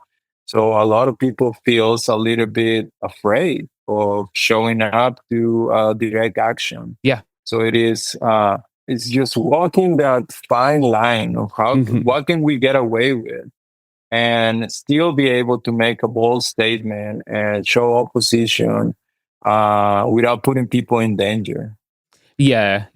I think that is something a lot of people are really worried about. But it is important within the realm of things that we can do to show our opposition to this, and to stand in solidarity with the animals and the indigenous people whose sacred spaces are being defiled, right? And with migrants whose lives are being put in danger by this. I wonder, I find it so strange, I guess, that we're at a time when reporting on migration is becoming like a major growth industry, I guess. Editors who I could not get to respond to an email or pick up the phone for the last 4 years are now commissioning pieces on migration. But there still seems to be a blind spot about the border in the American news media. I don't know why that is. I don't know if you have ideas about why that is, but the Borderlands are such a special place. For me anyway, I've spent nearly 20 years of my life here. Some of my favorite places in the world are near the border. I think people think of the border as San Isidro, but it contains some wonderfully remote and special places. And I wonder if you have thoughts on why the border isn't something that gets talked about that much on a national level. I think it does get talked about, but unfortunately, the narrative that is usually built around it is really negative. Yeah, that's fair. And of course, that's with an intention, right? Of continue to build up this militarized state or sacrifice zone. And so whenever I talk with people that is here for the first time, I do these group presentations for delegations that come from all over the country to experience the Borderlands region. And they're they have all this perspective, for what they hear on the news about how horrible this is. And then they come here and they're like, wow, people here is really nice. And we have had a great experience and I'm really inspired. And it's coming with this prefabricated narrative on their minds of this wasteland sacrifice zone, and then going out after experience. And yes, some of that. And of course, if you go out to the border and experience the wall and the rolls and rolls of concertina wire that make it look like you're on a war zone. Yeah. Plus what you already have in your mind, it just keeps building up the intensity. And then you hear the stories from people, the struggle from migrants and stories from back in 2023 when we had the surge of migrants coming and all these things, but at the end, people leaves with a glimpse also of wow, this place is really beautiful and a lot of wonderful things are happening. A lot of movements of people trying to organize and make it a better place and trying really hard to shift this narrative. The Borderlands provide us a good opportunity, because what we see today, like a friend of mine said, it can get worse. And it's going into that direction. Yeah. It's going into that direction. But at the same time, it gives us an opportunity as a society, because whatever happens at the border is definitely going to have a ripple effect in the rest of the country.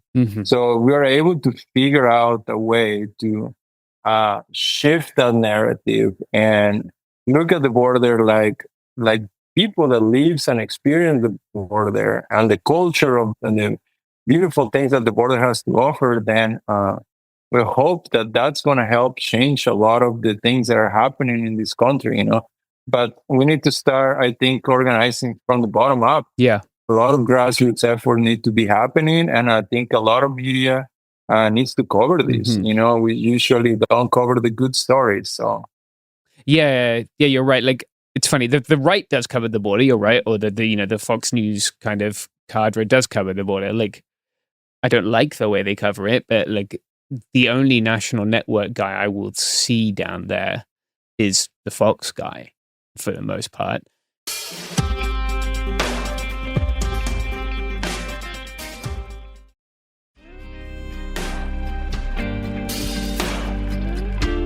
I know one thing I like to do with my friends, or like if someone comes to visit, sometimes I'll have other independent journalists come visit, to walk down to the border wall. And it seems very bleak, right? Because there's this big wall and it's covered in concertina wire, as you say, and maybe there are Marines or National Guard or Border Patrol or any other, it's people with guns, right, in different uniforms. But then if you turn around, you're in this really special place where you don't see the people and you can appreciate how beautiful it is. It's also very beautiful that, like you say, there's so much bottom-up organizing, that there's so much people helping people of all different kinds. And that's something we all saw in 2023 when Title 42 ended and subsequently the Biden administration detained people outdoors. We saw an incredible community response of all different kinds of people, of different political persuasions, different faith groups, which was a really beautiful thing. It's a thing that a lot of the rest of America right now could learn from. The government was brutalizing people, and people made that less bad. They kept them safe. And there'd have been a lot more people who didn't make it through outdoor detention if it wasn't for community support. So, I want people to see that. I wonder, if people want to support, right, let's say they're not in the Borderlands, can you think of good ways for them to be in solidarity, for them to even to experience, I know a lot of people who listen to this have come. It's really wonderful for me to meet people when I'm not working, when I'm just out there in my capacity as someone who cares about other people, right? Doing water drops, doing mutual aid with migrants, or helping people at street release, to hear of people who listened to this and then decided to come from wherever they were and spend some time here and help. That's a special thing. But do you have other ideas on how people can be in solidarity and can come and help? Yeah, definitely. I get this question very often from different people that comes to visit. Yeah. I usually recommend people to start where they are, in their own communities, because there is reflections of border issues in your own community. There are people that are migrating that might need some help. There's people that shelters and all this, or just kind of get involved with your local, whatever you're passionate about. It doesn't really have to be an environmental issue. Yeah. But we got to remember that social justice and environmental justice is the same thing. Yeah. We got really whatever you're passionate about, just getting involved. But I think the worst thing that we can do right now is just to ignore the fact that we are in a bad spot. I think a lot of people just wants to continue riding their comfort zone wave, and it's that's gonna end. And I think we need to not only think about ourselves, but we need to think about the generations coming ahead of us. And I think it's especially for the people that has already had the opportunity to somehow live a life, but there's some that are about to start the journey. And I think it's our responsibility to make it the best as we can for them as well. So whatever you're passionate about, if you really want to, and you're passionate about border related issues, and you're not able to come, try to support, financial help is, we like it or not, we're in a capitalist society and we move with financial support. Yeah. So a lot of these events that we're creating, a lot of these outreach that we're doing, a lot of the people, new generations that need jobs, that are wanting to join, maybe a nonprofit work or create their own movement or doing something related that's going to help the community. Yeah, support those if you are able. Those are really good ways to get involved and make some change. Yeah, definitely. There's a lot of things you can do, as you say. And I think it does help to build up networks of caring for people everywhere. We want to live in a world where people take care of one another. And to do that, we have to start it everywhere. It's not like the border is the only place where bad things are happening. I know we draw a lot of strength as people who live at the border from that solidarity, but also from seeing people do their own things wherever they're at. That is how we build a world where systems of oppression are less able to oppress people. So, yeah, and one of the things we see here, most of the decisions taken for the border are not taken by people from the border. A lot of these big policy decisions Like, for example, Senator of Utah right now is putting up a bill for the border to sacrifice a lot of public lands for new roads and like new military installations. So it's like people from Utah are not directly on the border, but they can also send letters and comments or vote these senators out, and put somebody that really like cares for the environment. Yeah, if you're in Utah, your senator has been advocating to sell off the public lands that you own that are safe. I mean, they're native land. It's all native land. It should be returned to its original custodians. But in the meantime, you own it, and at least all of us can access it until Mike Lee gets his chance to sell it all off to his buddies in real estate. And like, you could be an extremely conservative person, and we could disagree on a lot of shit, and I think we could find unity on that. Like, I do not understand how there is a constituency that wants to take land from the public domain and turn it into, I don't know, military bases and oil fields and McMansions for rich people to have as their second home. Like, that should be it's a thing that everyone agrees on. And like, he didn't stick the landing on it the first time in the reconciliation, the quote unquote big beautiful bill. But I think that's a really good area to engage people, folks who might not be like, yeah, I will show up for migrants. I think a lot of people, they could be people who enjoy the outdoors, people who just care about the environment, the hook and bullet crowd. Like there are a lot of people, even if they don't quote unquote use public lands, like we all benefit from them being there, and future generations benefit from them remaining undeveloped in a substantial way. That's right. Sorry, I just went off on one. That guy really pisses me off. This shit makes me so mad. Coming from a country that is entirely private land, just to see someone being like, yeah, that's a good idea. It's just fucking asinine. Eric, I wonder if people want to keep up with the Sierra Club, keep up with like how they can submit opposition comments, if they want to know more about this new border construction and the impact it would have, where can they follow along? Is there a website or social media? Yes, James, thank you. Yeah, we do have all of it. We try to engage people where they are. Mm-hmm. And we know social media is a powerful tool. We have a website, Sierra Club Borderlands. People can look up some of the work that we do there. We are also active on social media. We are Sierra Club Borderlands. However you look at it, you're going to find us. We're based out of Arizona, but we do organize in different states. So we're in collaboration with other organizations as part of a larger coalition. So even if you are in Texas or New Mexico, feel free to reach out. And if you have any concerns, ideas, things that come up to your mind that can make the border a better place, feel free to reach out, and we can collaborate, work together on this, or at least connect you with some of the local people that are part of the network, because we're always looking to make this network bigger. I think there's strength in numbers.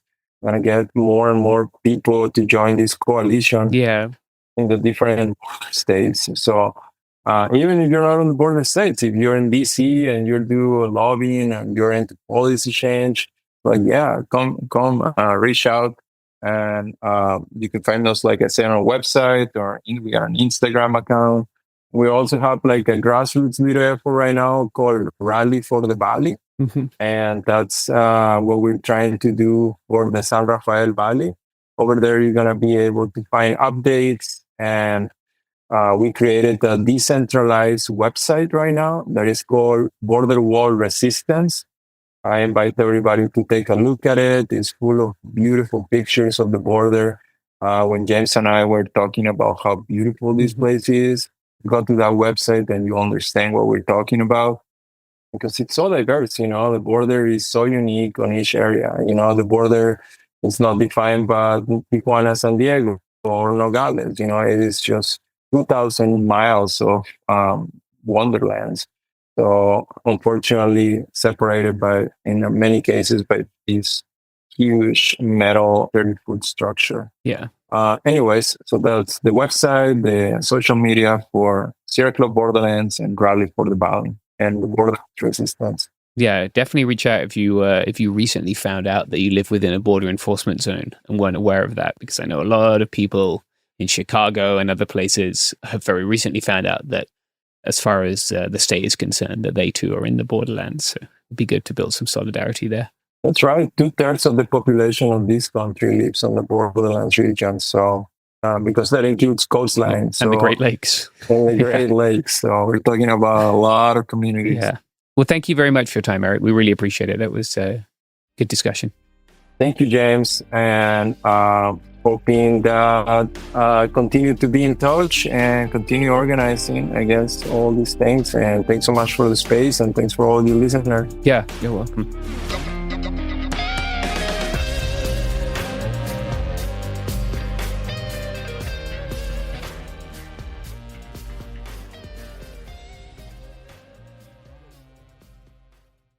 Support for the show comes from Public, the investing platform for those who take it seriously. On Public, you can build a multi-asset portfolio of stocks, bonds, options, crypto, and now generated assets, which allow you to turn any idea into an investable index with AI. It all starts with your prompt. From renewable energy companies with high free cash flow to semiconductor suppliers growing revenue over 20% year over year, you can literally type any prompt and put the AI to work. It screens thousands of stocks, builds a one-of-a-kind index, and lets you backtest it against the S&P 500. Then you can invest in a few clicks. Generated assets are like ETFs with infinite possibilities, completely customizable and based on your thesis, not someone else's. Go to public.com/podcast and earn an uncapped 1% bonus when you transfer your portfolio. That's public.com/podcast. Paid for by Public Investing. Brokerage services by Open to the Public Investing Inc. Member FINRA and SIPC. Advisory services by Public Advisors LLC, SEC registered advisor. Generated assets is an interactive analysis tool. Output is for informational purposes only and is not an investment recommendation or advice. Complete disclosures available at public.com/disclosures. Tired of spills and stains on your sofa? Wash away your worries with Anabay. Anabay is the only machine washable sofa inside and out, where designer quality meets budget-friendly prices. That's right, sofas start at just $699. Enjoy a no-risk experience with pet-friendly, stain-resistant, and changeable slip covers made with performance fabric. Experience cloud-like comfort with high-resilience foam that's hypoallergenic and never needs fluffing. The sturdy steel frame ensures longevity, and the modular pieces can be rearranged anytime. Shop WashableSofas.com for up to 60% off site-wide, backed by a 30-day satisfaction guarantee. If you're not absolutely in love, send it back for a full refund. No return shipping or restocking fees. Every penny back. Upgrade now at WashableSofas.com. Offers are subject to change, and certain restrictions may apply. Hey, this is U.S. Olympic gold medalist Tara Davis Woodhull. And I'm U.S. Paralympic gold medalist Hunter Woodhull. As athletes, our lives are about having a clear path. And a team that you can absolutely trust. So when it came to getting the best mortgage, we chose PennyMac. PennyMac is proud to be the official mortgage provider of Team USA and you. Learn more at pennymac.com. PennyMac Loan Services, LLC, Equal Housing Lender, NMLS ID 35953. Licensed by the Department of Financial Protection and Innovation under the California Residential Mortgage Lending Act. Conditions and restrictions may apply. Let's talk about modern home shopping. It's sort of become a fun side hobby, right? Scrolling listings at night, dreaming about kitchens you've never seen, or backyards you haven't even stepped foot in, all from the comfort of pretty much anywhere. Redfin knows a lot of people like you want to own, but are stuck in this browsing mode loop. That's where Redfin flips the script. With listings that update within minutes and tours you can book right from the Redfin app, you can see your dream home the moment it appears. Now, liking a listing is easy, but actually landing it, that's where Redfin comes in. Redfin has over 2,200 agents with local expertise. And Redfin agents close twice as many deals as other agents. That means they want to help you win, not just window shop. Redfin is built to help you go from just looking to wait, this could actually be home. So become the newest neighbor on the block. Visit redfin.com to start finding and start owning. That's redfin.com.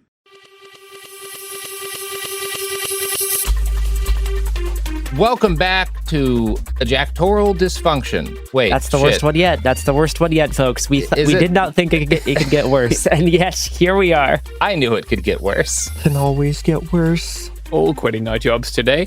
It could happen here. Executive Disorder, our weekly newscast covering what's happening in the White House, the crumbling world, and what it means for you. I'm Garrison Davis. Today I'm joined by ejaculator in chief. Jesus Christ. Wow. Garrison. That's much worse. You made it way worse. How many of those videos have you not watched, Garrison? I think we're all pretty behind on the required trainings. My labor conditions are intolerable. Robert Evans, James Stout, and Mia Wong. This episode, we are covering the week of October 15th to October 22nd. And a little bit of the week before, because we were off in honor of the government shutdown. We ourselves took a week off. Mm-hmm. Because the CIA stopped paying us. That's right. Jeez, I've always considered us a branch of the U.S. government, you know? Yeah, you and half of the anime people on Twitter, Robert Evans.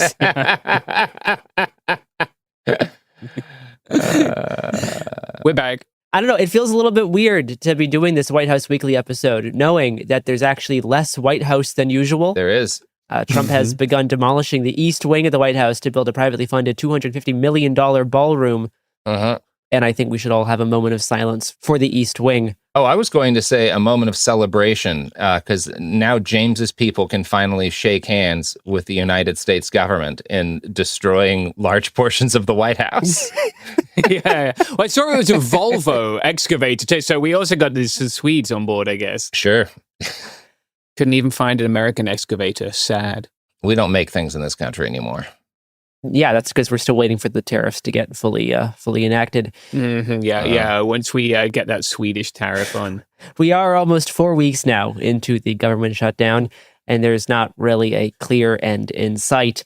And SNAP benefits, food stamps, are set to run out in a little over a week on November 1st. Mia, did you want to say something on this? Yeah, so we've been seeing sort of text start to go out to people who are on food assistance in various states. There's one circulating from Minnesota that is saying that the food part of SNAP benefits are, going to shut down in a few days on November 1st when the funding shuts down. This is a critical lifeline for food for an extremely large number of people.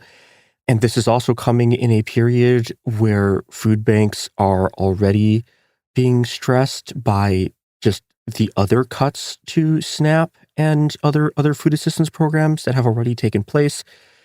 So, we're coming to a very, very critical moment in terms of wide-scale food insecurity in this country for a whole bunch of the most vulnerable people in the country. And this is a good moment for if you have actual access to food, which is a very, very bleak thing to be saying, but something is going to have to try to pick up the slack or a bunch of people aren't going to eat. Right.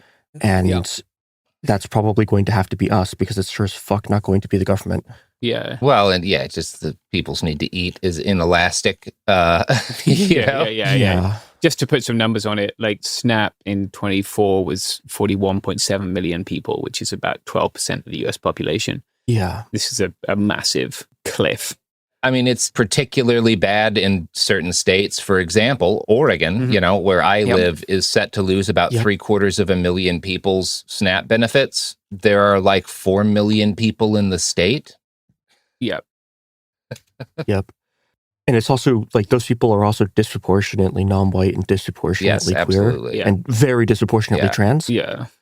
Yeah. And this is something that if straight up the shutdown continues and we don't see SNAP benefits pay out, this could also be a major source of instability because, the thing that happens very quickly when suddenly 40 million people don't have food is bread riots.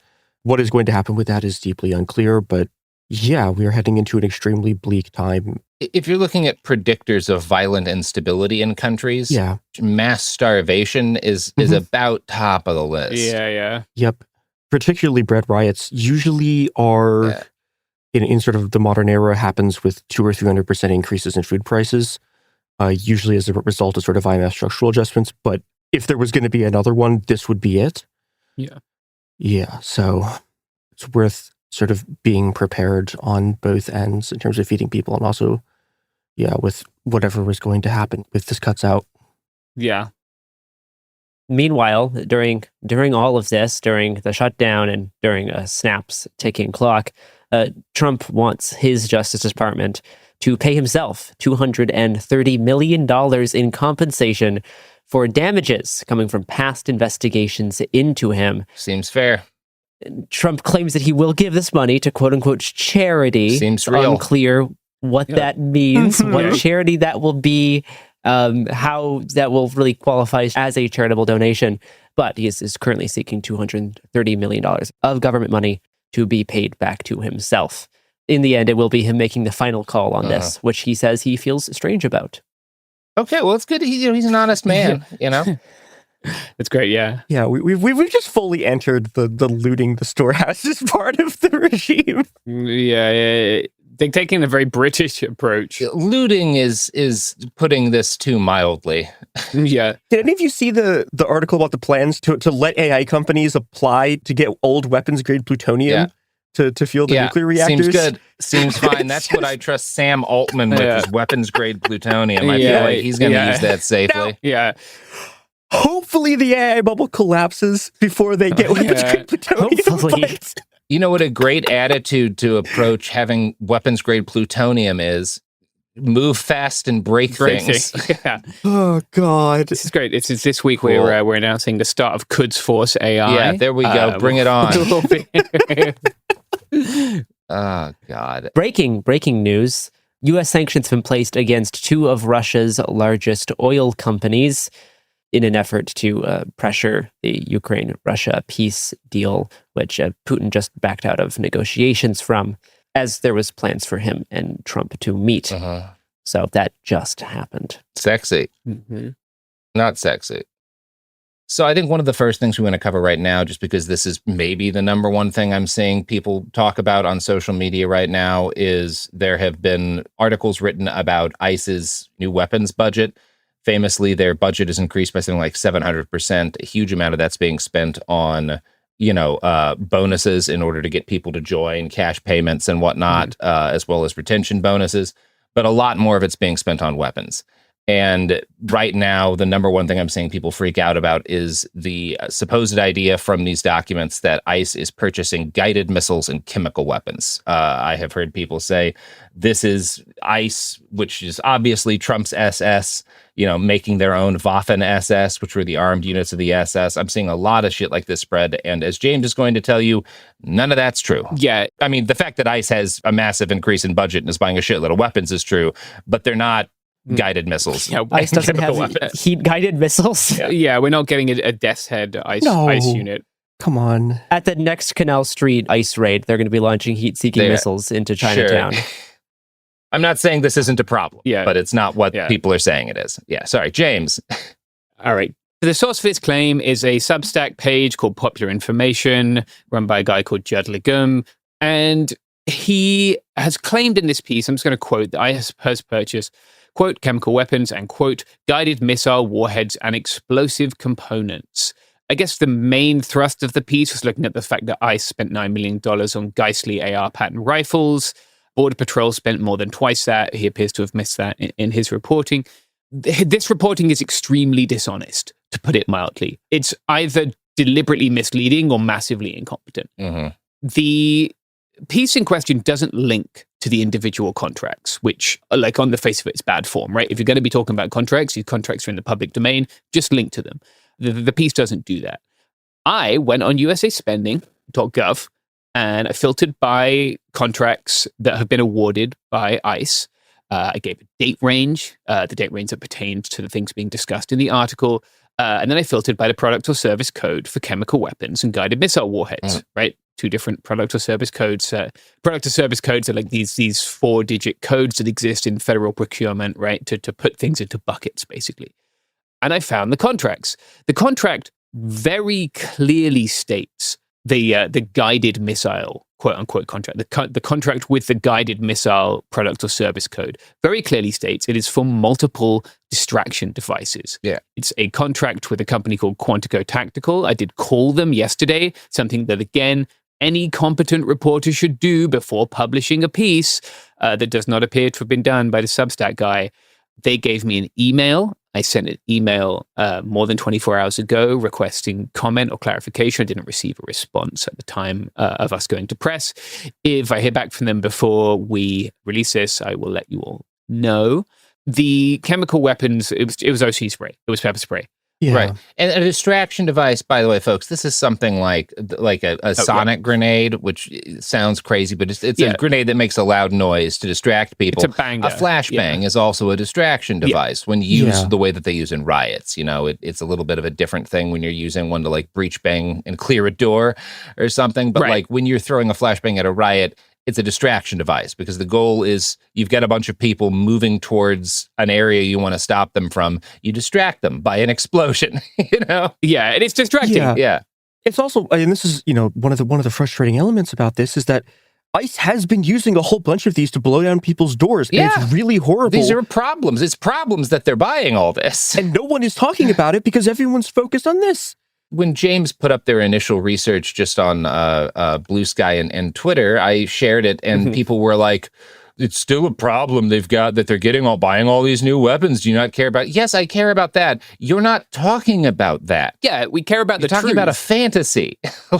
and like it is bad that ICE has flashbangs and pepper spray, right? I have personally broadcast. It's bad they exist. Like you can go back only a few months and hear ICE flashbangs on this podcast, recorded by me in person. We know they fucking have them because they were throwing them at me. Yeah, I've lost count of how many have hit me directly. Yeah. Like we got at least 75% fucking federal government flashbang impact. You know, like I want to take a second, I guess, to talk about incentives here because this really pisses me off. Yeah. And I think that the way we build trust in the media is through openness. And I think that we do that better than most. And I'm going to try and do that here. Just so you know, none of us make any extra money if more people download this podcast, at least not directly, right? We do not have a direct incentive to make fantastical claims that will lead to people downloading our podcast and being afraid.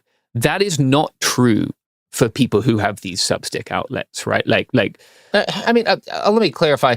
We do have a direct financial interest in there being traffic, right? Because that is, that's how we make our money, right? Yeah. And that's how we justify getting raises and stuff. So everyone in media, if more people listen to our stuff, we do have a financial interest in that. Over time. We're not checking week to week to see if if what we're doing is bringing us in more direct money, right? That's just not the way our thing works. Yeah.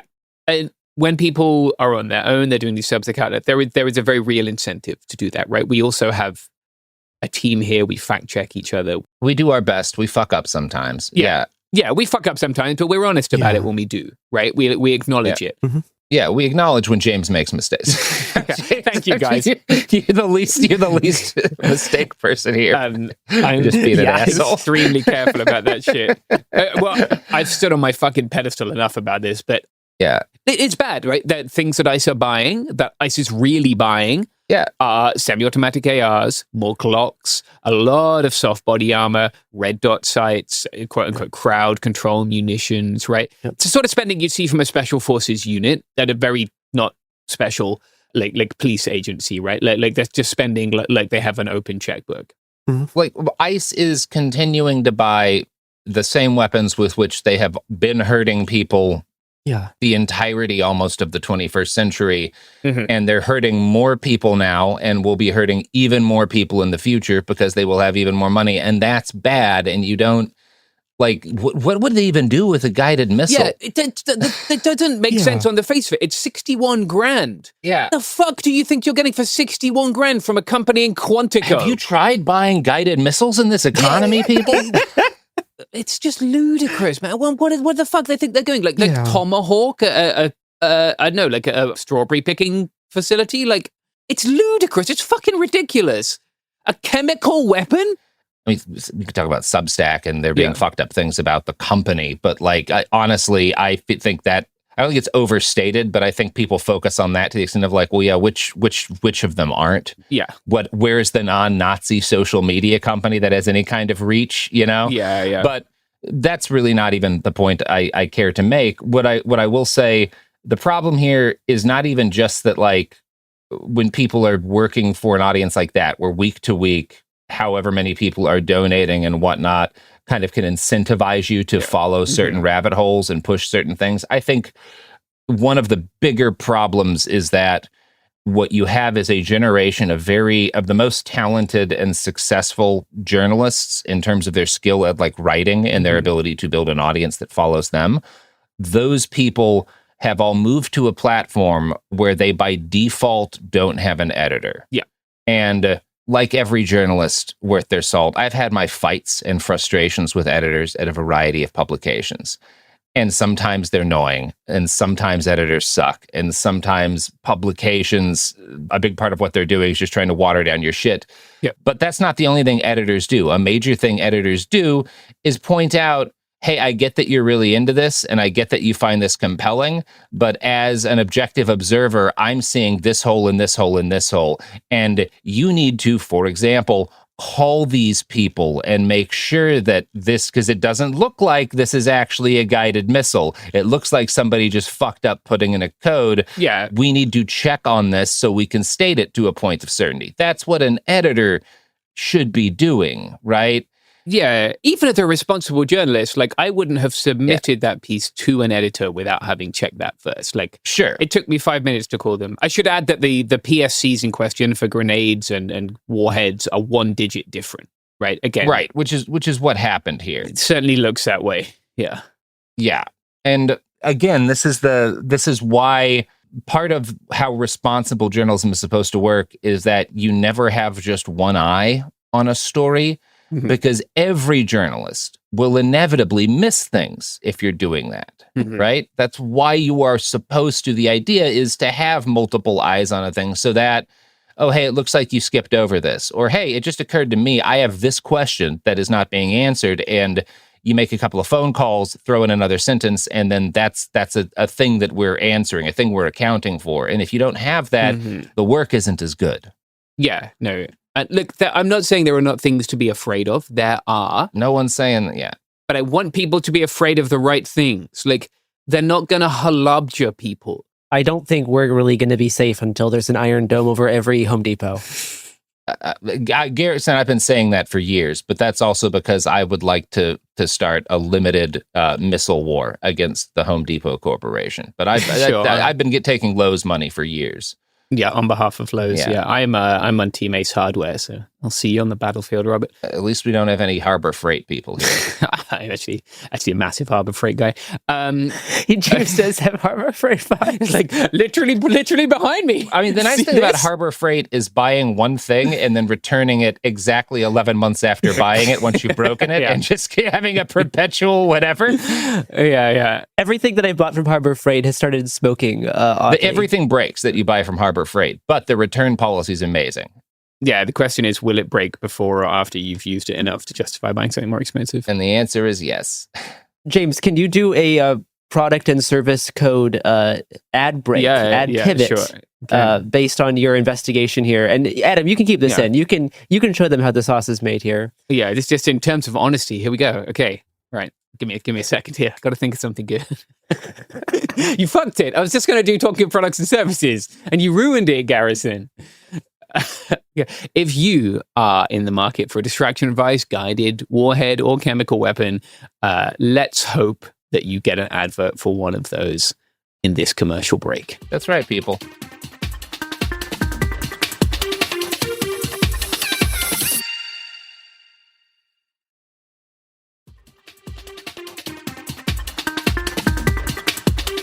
Welcome back to the Iranian regime. I hope you got what you wanted. Yes. This podcast is the only podcast entirely supported by the Ayatollah. And praise him. The CIA and the Ayatollah have finally united. Yeah, the clasping hands meme over Robert Evans. No, so legally speaking, that is a joke. We are not funded by the Iranian regime. We're all monarchists. Speak for yourself there, James. Let's talk about the national... Let's talk about the National Guard. Yeah, sure. On this past Monday, the Ninth Circuit Court of Appeals had ruled in favor of the Trump administration, halting a court order denying the federalization and deployment of the Oregon National Guard. It had a 2-1 ruling on a 3-panel hearing with 2 Trump-appointed judges. They called Trump's plan to deploy troops to the ICE building in Portland a quote-unquote measured response. Now, there is a second TRO preventing out-of-state National Guard from deploying to Portland, and this appears to still be in effect, but its fate is unknown. The Justice Department has requested the original judge suspend the order, though the Ninth Circuit itself is considering whether a larger panel should rehear this entire case. Currently, there is no immediate plans for Oregon National Guard to be deployed, but they do now have the go-ahead. But this is still a developing situation, but that's an important update there. Let's talk about the 250 celebration. Should we all sing happy birthday? No. Happy birthday to the Marines. Yes. Yeah. Oh, God. Yeah, happy birthday to the Marine Corps. I hope today you guys get to eat a lot of crayons. They'll have a cake which is shaped like a giant crayon. No, it just is made out of giant crayon. And we all remove our Totenkov tattoos. Yeah. That's going to be the Marine party. Yeah, get rid of those scout sniper tattoos and your jet swastika. But no, there was the Marines' 250th celebration with J.D. Vance last week, where they did play Helldiver 2 music during the celebration. I want to wish you all a happy birthday and Semper Fidelis.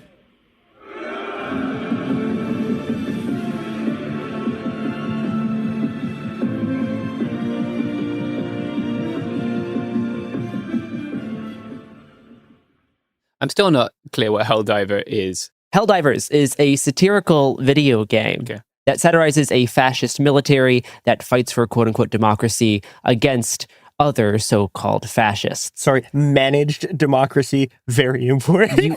It's true. It's true. Yes, managed democracy. You may have heard of it from news headlines such as Charlie Kirk shot. Yeah.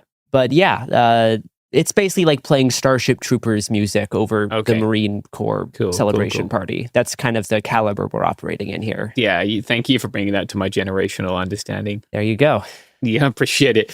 Talking to the Marine Corps 250th birthday, on Saturday, a 155 shell, so 155 millimeter howitzer shell, prematurely detonated over the 5 freeway outside of Camp Pendleton. Right? Nuts stuff. Crazy shit.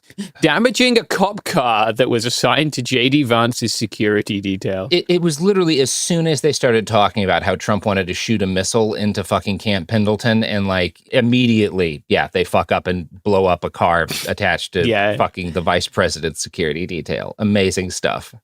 They did a dress rehearsal on Friday, in which they managed not to detonate any shells over the 5. Gavin Newsom decided to shut the 5 on Saturday. Probably a good call. Yeah, probably people have been call. complaining about things shaking. And just if you're not familiar with the layout there, I would say that in most places, as you go to Camp Pendleton, there's a large area that is used by the Marine Corps for training. It has artillery ranges within it. The 5 is the big highway in California. It's the highway that goes the whole length of the state. Yeah, you would call it the I-5 if you weren't from here, and then we would know that you weren't from here. But we call it the 5. There's less than a mile of land to the west of the 5, right? So shooting over the 5, like you're pretty much shooting from the beach or near the beach, as opposed to the whole rest of Camp Pendleton, right, where they have artillery ranges, but they wanted to do it over the 5. I think they were doing some kind of simulated landing drill. Not quite sure what the landing drill they were doing, but this resulted in the damage done to a CHP car and really fucked up traffic in probably the entirety of Southern California. Yeah, for most of last Saturday. I do just want to mention here that there is historical precedent in the United States for us accidentally killing the Secretary of State because a gun they were firing on a pleasure cruise on a Navy boat blew up. Oh, wow. This was in the 1840s. But we did kill the Secretary of the Navy and the Secretary of State. If any Secretary of War could pull this off, it would be Pete Hegseth. I believe in him. There is a decent chance he will throw one of those axes straight into J.D. Vance's leg. Oh, yeah, I forgot about his axe thing. Vance, of course, a former Marine. Oh, yeah, Vance is it. Wait, yeah. Mm-hmm. Yeah. I totally forgot. Lance Corporal in the Marine Corps, I believe. He was a PAO. Damn. Public Affairs. Yeah. I want to address DHS's claims about deportation numbers. DHS has been throwing out some really big numbers for deportation, claiming over 500,000 removed and 1.6 million, quote unquote, self-deported. These are inflated numbers. These include things like people turned away at airports and Coast Guard interdictions, right? They are not removals of people from the interior of the United States who are residing here. They're like if someone came with a visa and was turned around the airport, they're including that as a deportation, right? DHS has stopped publishing a lot of the data that we previously got under this administration, so we don't have a lot of hard numbers. But the 1.6 million number, this comes from CIS, right? The Center for Immigration Studies. We've talked about them before. This is a Tanton-funded, quote-unquote, think tank, which the SPLC has adjudicated as a hate group. The CIS data, DHS has been sharing this since it came out. But it also seems to be weighing very heavily into whatever algorithm Musk has put into Grok recently. If you look for mentions on X, the Everything website, of the 1.6 million number, nearly all of them are Grok repeating it. God. I don't know if they straight up just said, the CIS is your source for information when they were, programming it to be less woke, but slightly more woke than when it called itself Mecha Hitler. But it seems to be, the CIS seems to be heavily weighed in the Grok algorithm these days, which I thought was interesting. Yeah, they did get that Grok contract approved a few months ago. I think the DHS didn't get the number from Grok. I think they got it from CIS. But nonetheless, the reason that number is still in the zeitgeist, I think, is partially because Grok keeps repeating it. Well, it is Groktober, as I've been saying. Garrison, we have fucking spoken about this. It's not Groktober. Angry. The other thing I do want to mention on, I guess not deportations, but the Department of State has announced a series of people who have had their visas revoked for posts surrounding the death of Charlie Kirk. The State Department Twitter account posted a whole thread on X, the Everything app, listing various sentences and sentiments that resulted in visas being revoked. Quote, Charlie Kirk was a son of a bitch and he died by his own rules. Visa revoked. When fascists die, Democrats don't complain. Visa revoked. It's from a German national. Brazilian national said that, quote, Charlie Kirk was the reason for a Nazi rally where they marched in homage to him, and that Kirk died too late. Visa revoked. There's 4 other of these, of people making statements of that nature. Yeah, I think people get the idea. Yeah. Following Kirk's death, Rubio did announce he would be looking for visa holders who made statements following Kirk's death, and he has followed through on that promise. In some other Charlie Kirk news, a few weeks ago, Turning Point USA officially announced that they would be producing an alternative halftime show. Right. Oh my God. After it was announced that the Puerto Rican artist Bad Bunny would be performing at the 2026 Super Bowl. The TPUSA show will be called the, quote, All-American Halftime Show, celebrating faith, family, and freedom. The website has a submission form where it asks which genres should be featured during the show. The options include, quote, anything in English, Americana, Great. Classic rock, country, hip-hop, pop, and worship. I love anything in English as a genre. Yeah. When I go to Spotify, that's what I put in. The crowd's going to riot when someone does Hotel California. We can really push anything in English, frankly. We could go to some pretty crazy places. Yeah. I don't think they've really considered the breadth of that genre.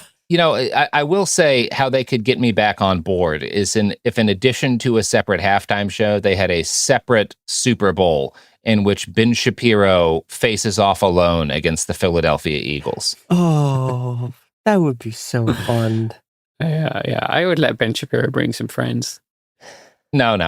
I want to see Jalen Hurts physically pick up Ben Shapiro and see how far he can pass him. Because I'm pretty oh my sure God, at least 60 yards. That guy, that guy could bench a small motor vehicle. Benches Shapiro, yeah. More details and performers will be announced later, including how this will be broadcast. Will it be streamed online? Are they going to try to make a TV deal with someone like, Fox? Unclear how this will be broadcast, but it is something they're going to go through on. Last thing we should probably talk about before the break, or I don't know, maybe we could combine this with the section you wanted to talk about, Robert, on the infiltrations.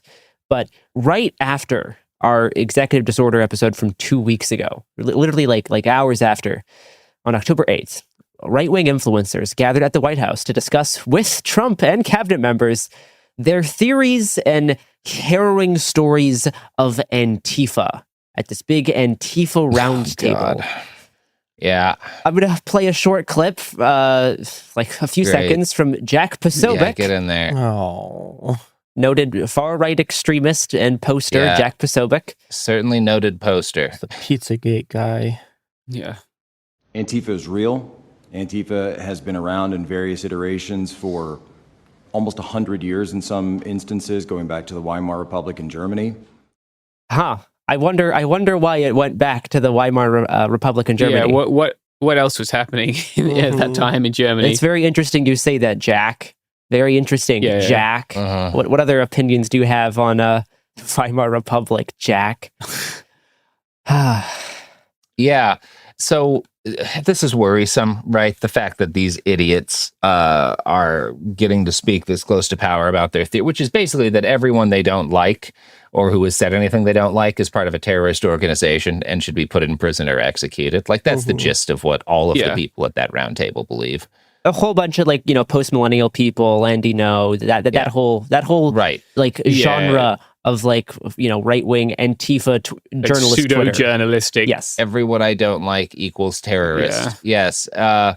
So that's really worrisome. And I kind of wanted to make a note here to people that as a result of stuff like this, in case you somehow have not been aware of this, we're going to be seeing a massive ramp up in, not just attempts at prosecution, but at attempts to infiltrate and get gotcha footage and audio of different left-wing and anarchist groups that are going to be used as pretexts for further crackdowns.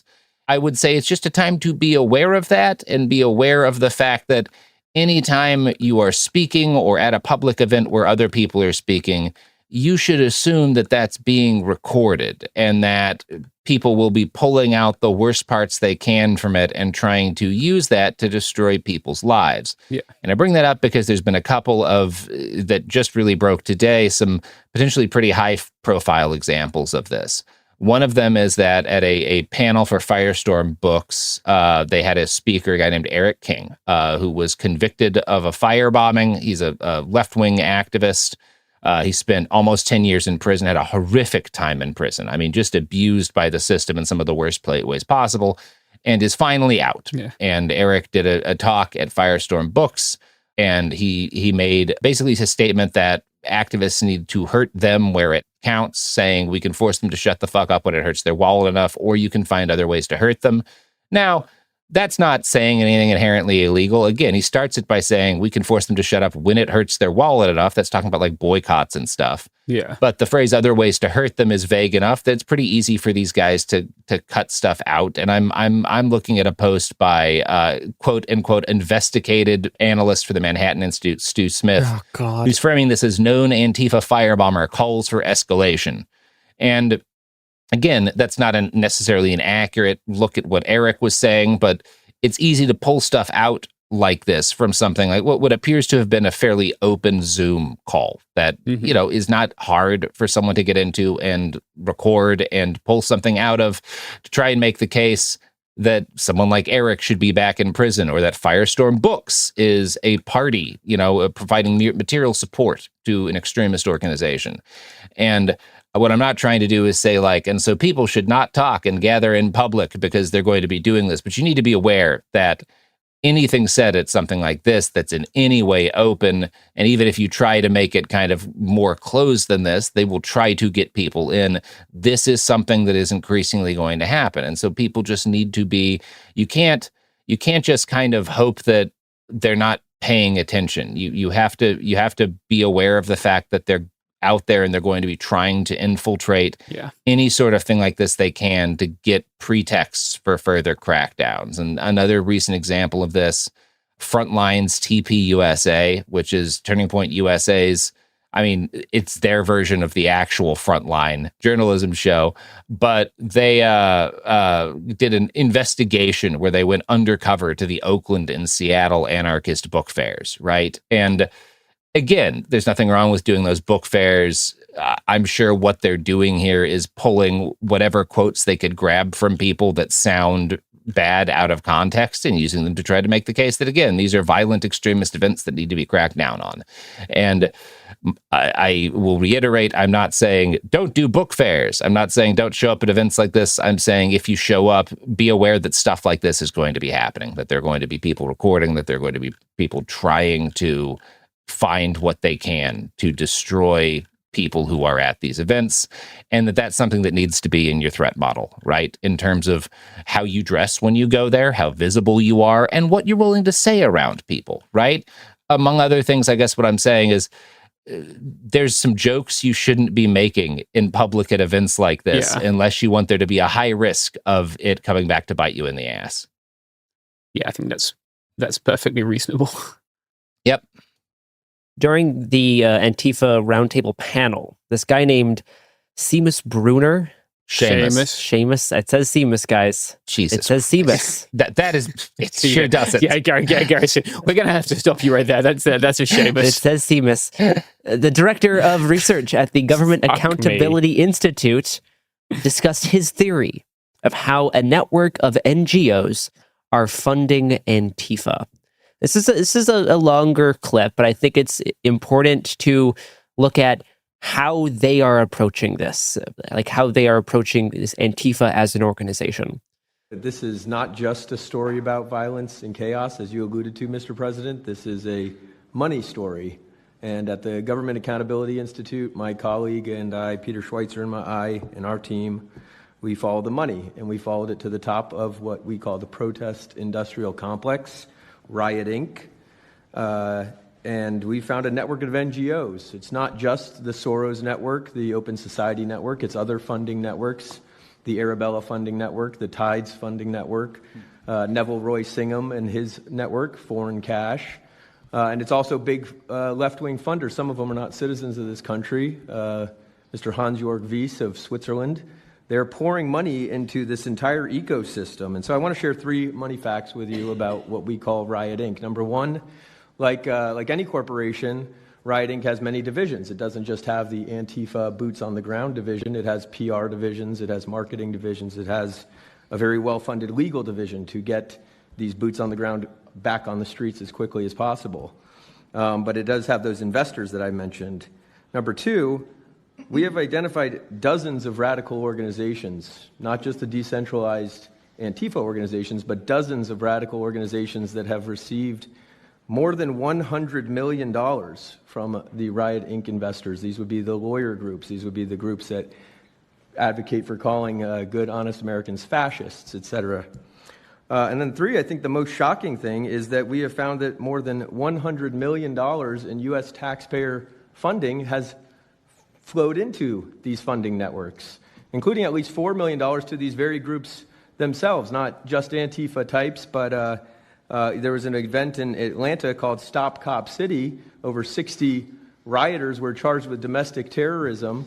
These groups received money for that from both the billionaire class as well as taxpayer monies. Unclear what he's talking about in terms of taxpayer money going to the 60 RICO defendants in Atlanta. What? But the structure he's talking about, how this Riot Inc. includes not just like Antifa, as in, people wearing black hoodies on the streets at a protest, but like, legal support organizations, even just like research organizations that, advocate calling, good, honest Americans fascists, right? This could refer to groups like Media Matters or like Southern Poverty Law Center, who do like research into extremist organizations. They could be framing people like that as a part of this whole ecosystem, and that's where they could be looking at for sources of money and funding, and like tracking where that money goes is in groups like that. Not obviously, your average black-clad Antifa protester is not receiving payment for their presence at these events. But this guy went on to claim that, quote unquote, Riot Inc., The funding network also supports decentralized crowdfunding platforms, which fund organizations like the Elm Fork John Brown Gun Club and the Socialist Rifle Association. Yeah. After he went on this 3-minute long speech, Trump asked him and other attendees that if they knew anything about Antifa members, funders, or the organizational structure, to hand over that information to Pam Bondi or Kash Patel. And Trump reiterated this multiple times during the roundtable, asking these, policy guys or quote unquote independent journalists to hand over their information to the authorities. Here's one version of him making this request. Do you know the name of any of the funders? Do you know the names? Because if you do, I'd like you to give them to Kash or Pam. Absolutely. Or Christy. Yeah, we'll do that. As soon as you can. That's all of you. Because you probably know the names after a certain period of time. You tend to find out. But these are people that do not have good intention for the country. And that's treasonous, probably. So if you could, very important, if you could do that, it would be great. Nobody would know better than you. You'll figure it out. Ugh. Sure, man. Cool.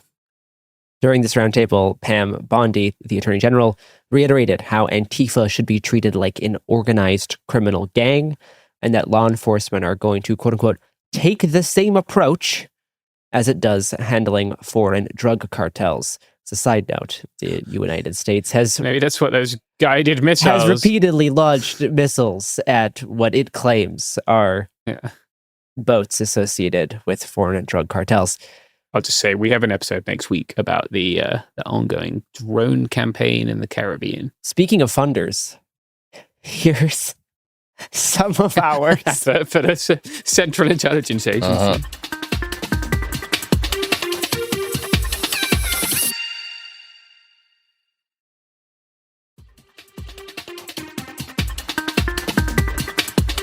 All right, we are back. Great. So nice to hear from the products and services that support this show. Brought to you by Safariland, your one-stop shop. God. God, I wish we had. No, I don't, actually. Safariland is some post-ironic memeing that I should curtail. Safariland is, in fact, bad. I will admit. They do make very nice bulletproof plate, I will say. Talking of things that are very nice, this is a very nice song that I like to listen to in my free time. Tariff, don't like it. Rockin' the Casbah, rockin' the Casbah. Tariff, don't like it. Rockin' the Casbah, rockin' the Casbah. It's Tariff Talk. We're back, baby. Yeah. So literally within 12 hours, I think, of the release at night of our last episode of this show, we got the resumption of the trade war. Yeah. So specifically, Trump has announced effectively the full-scale resumption of the trade war with China. This started kind of out of nowhere, with the Trump administration doing something that I think they didn't think was very provocative, because I don't quite think they understood the magnitude of what they were doing. This basically started with the Trump administration massively increasing export restrictions to China by changing the rules of what companies are covered by what's called the Entity List, which is a list of companies that American companies are not allowed to sell goods and services to. The administration moved this to include any company that is 50% or more owned by a company on the export list. We've discussed on the show before that a significant part of the structure of Chinese corporate conglomerates are held together by a bunch of different companies, having partial ownership by the same holding companies, which is what sort of binds companies and conglomerates together and integrates them into the management structure of the conglomerates. Mm-hmm. This is how Chinese state-owned enterprises work. Being state-owned enterprise literally means that you are partly or completely owned by a holding company run by SASAC, which is the state-owned Asset Supervision and Administration Commission of the State Council, because every name of the CCP is like that. So this shift to anything that's 50% or more owned by a company on this list is actually a massive export restriction, and the Chinese government took this as, okay, we're starting the trade war again. So very quickly, there's a whole bunch of tit-for-tat things that we're not going to track the order of because they kind of don't matter, but on October 10th, Trump made a Twitter post where he said that he was going to implement a 100% tariff and also a software restriction thing we'll talk about later Those are supposed to go into effect on the 1st. He's also been talking in the last week about bringing tariffs up to 150%. We don't have any kind of formal executive order on that. This was, to some extent, in response to China implementing massive restrictions on the export of rare earth metals. These are crucial to basically any kind of advanced manufacturing, industrial manufacturing applications, everything from chips to electric cars to jet fighters. These are set to take effect on December 1st. I'm going to read this from the New York Times to get an understanding of how large these moves are. China refines 99% of the world's dysprosium, a kind of rare earth metal that is used in chips to preserve magnetic stability even when they become hot. In the last few years, NVIDIA and other semiconductor manufacturers have changed the materials used in electricity management devices called capacitors, which is a really funny way to describe a capacitor, by the way, but on chips to make them more heat resistant. The capacitors are made from ultra-pure dysprosium, which is extremely difficult to refine. A single refinery in Wuxi near Shanghai produces the entire world's supply. So, per the New York Times, these export restrictions include any good that is produced with these rare earth metals and require foreign companies operating in China, like, for example, Samsung, or any of the sort of South Korean or Taiwanese chip manufacturers to acquire export licenses to sell them to any other country that's not China. That is a absolutely massive restriction on export goods, and also, again, a whole bunch of critical minerals that both the American military apparatus relies on and the American tech apparatus relies on. AI chips need a whole bunch of these things. So, in the middle of this process, the U.S. also started charging Chinese-built ships for docking at U.S. ports, which China retaliated by imposing docking fees for American ships. I'm going to again read from the New York Times here. The new rules are the most stringent for Chinese shipping companies, which for the most part cannot avoid the levies. HSBC, an investment bank, estimated that Costco, not that Costco, different one, a large Chinese shipping line, could pay $1.5 billion in fees next year, which the bank said could reduce Costco's operating earnings by nearly 3/4 in 2026. Again, it's worth noting that these shipping companies are the backbone of global trade. Their margins are not very good, and a significant number of them basically only didn't go under during the lockdowns because they effectively lied on their loan applications and were just sort of putting in their revenue as if the lockdowns weren't happening. So this is all very, very fragile infrastructure that is being attacked, and these port fees are already in effect. Me doing gay cruising on my European trip. Yeah, I like global trade. All right, I continue. Oh God. Okay. So we also got a report today. This is Wednesday, the 22nd. This is being reported. So who fucking knows what will be happening by the time this episode comes out? But on Wednesday, we got a report from Reuters about one of the other options the Trump administration is considering for these massive sort of trade attacks on China.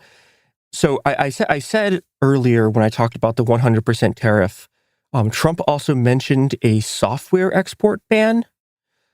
So per Reuters, what's being considered here, and again, we have very few concrete details about this. This hasn't been formally announced. My guess is that it's being leaked to Reuters by the administration, but I just don't know. But what they're considering basically is a version of the sanctions that effectively Biden applied to Russia after the invasion of Ukraine, which restricts the export of any product made with U.S. software. This would be probably the most significant developments of the entire trade war. And so these are all incredibly significant escalations. A bunch of the stuff is set to go into effect on November 1st, which is very, very soon. Now, in theory, Trump and Xi Jinping are supposed to meet at the meeting of the Asia-Pacific Economic Cooperation Forum in South Korea, but there's been no formal announcements of their meeting. Trump said he was going to go to China early next year, but that's, again, next year. The American 100% tariff, again, November 1st. The Chinese export restrictions on rare earth metals, again, December 1st. Yeah. And the other issue here is that the actual event starts on October 31st, and the first tariffs are supposed to go into effect the next day. Very spooky indeed. Yeah, and so Trump is mad also about China refusing to buy American soybeans, a story we've been covering. Mm-hmm. Yeah. And, you know, he's complaining about the rare earth metal stuff, and he's complaining about, he's still yelling about fentanyl. But it's also worth mentioning, one of the fascinating things is Trump is continuing to piss off even more parts of his base with this stuff. So soybean farmers, which is, again, a huge portion of American farmers, are really mad at him. He's also pissing off cattle ranchers. So both the soybean farmers and the cattle ranchers are mad at Trump for giving a bunch of money to Argentina and not giving them a bunch of money and cutting off their access to Chinese markets, because Argentina, again, is selling a whole bunch of stuff to China. One of the things that they sell to China is beef, because Argentina is a major beef exporter. So they're all really mad at him for giving Argentina a giant bailout in order to try to save their failing economy under their unhinged anarcho-capitalist president who has annihilated the economy even more than it was before. And then Trump's response to the cattle ranchers being mad at him was telling them to lower their prices, which means they're even more mad at him. So he is systematically alienating two of what should be his most important bases of support. And like, the cattle industry has been a base Republican support for, since time immemorial, effectively. The lumber and vanity tariffs that we mentioned last week have taken effect now. There's been no rollback of them. And finally, I want to close on a story that we're going to be covering more on Monday, which is the continuing escalation of a sort of conflict between Colombia and the U.S. after the U.S. murdered a boat full of what appear to be Colombian fishermen. Yes, Colombia has recalled its ambassador, and the U.S. has said that it is going to eliminate all foreign aid and impose a tariff the size of which they haven't given a consistent number for. And this is, very much could look like a pretty massive reorientation of American policy around Colombia, which has traditionally been an American ally. We've ran death squads out of there for a very, very long time. Yeah, and that has been the lightning round, rapid fire trade war coverage because, oh boy. Yeah. Yay, we've tariff talked. All right. Before we close, I do want to talk a little bit about one of the news stories this week about U.S. political figures being linked to Nazism. No, not the main Senate candidate, and no, not that other Republican staffer who had a swastika in his cubicle. The Politico story that reported leaked messages from the New York Young Republican Telegram chat, which already tells you that it's going to be problematic, the fact that they have a Telegram chat. Yeah. But Politico reported that this chat contained messages about putting political opponents in gas chambers, loving Hitler, as well as plenty of anti-Semitism, talking about raping their enemies, and hundreds of uses of homophobic and racist slurs. The chair of the New York State Young Republicans, Bobby Walker, allegedly called rape epic, and wrote in the chat, quote, "If we ever had a leak of this chat, we would be cooked," unquote. New York Republican Elise Stefanik first denounced this chat after the report, though later called the Politico piece a quote-unquote hit job. The Matt Walsh side of the online right condemned those who leaked the chats, neglecting to discuss the substance of the chat itself, while Vance largely dismissed the affair, writing on X, the Everything app, quote, "I refuse to join the pearl clutching when powerful people call for political violence," unquote. Vance falsely referred to this as a college group chat, when key members were as old as 40 years old. A day later, while guesting on The Charlie Kirk Show, J.D. Vance continued to push back on the seriousness of this story and played defense by repeatedly referring to the grown men involved, who are in their 20s and 40s, as kids and young boys. Somehow they got their hands on something like 28,000 messages in some group chat of, I think, 12 people that nobody's ever heard of, but they decided to just publish every single thing in this chat, whatever they found that they thought was the most salacious. And I think 10 years ago, there would have been a very different response to it. But people are starting to learn from this, and the vice president is one of the reasons why. I'm sorry. Focus on the real issues. Don't focus on what kids say in group chats. But there's another angle to this that I just have to be honest about. I mean, I'm like an old guy at this point. I'm 41 years old. I have 3 kids.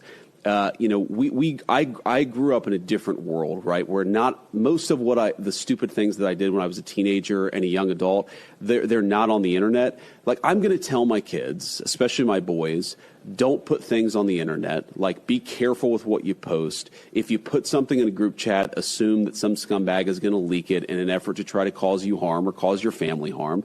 But the reality is that kids do stupid things, especially young boys. They tell edgy, offensive jokes. Like, that's what kids do.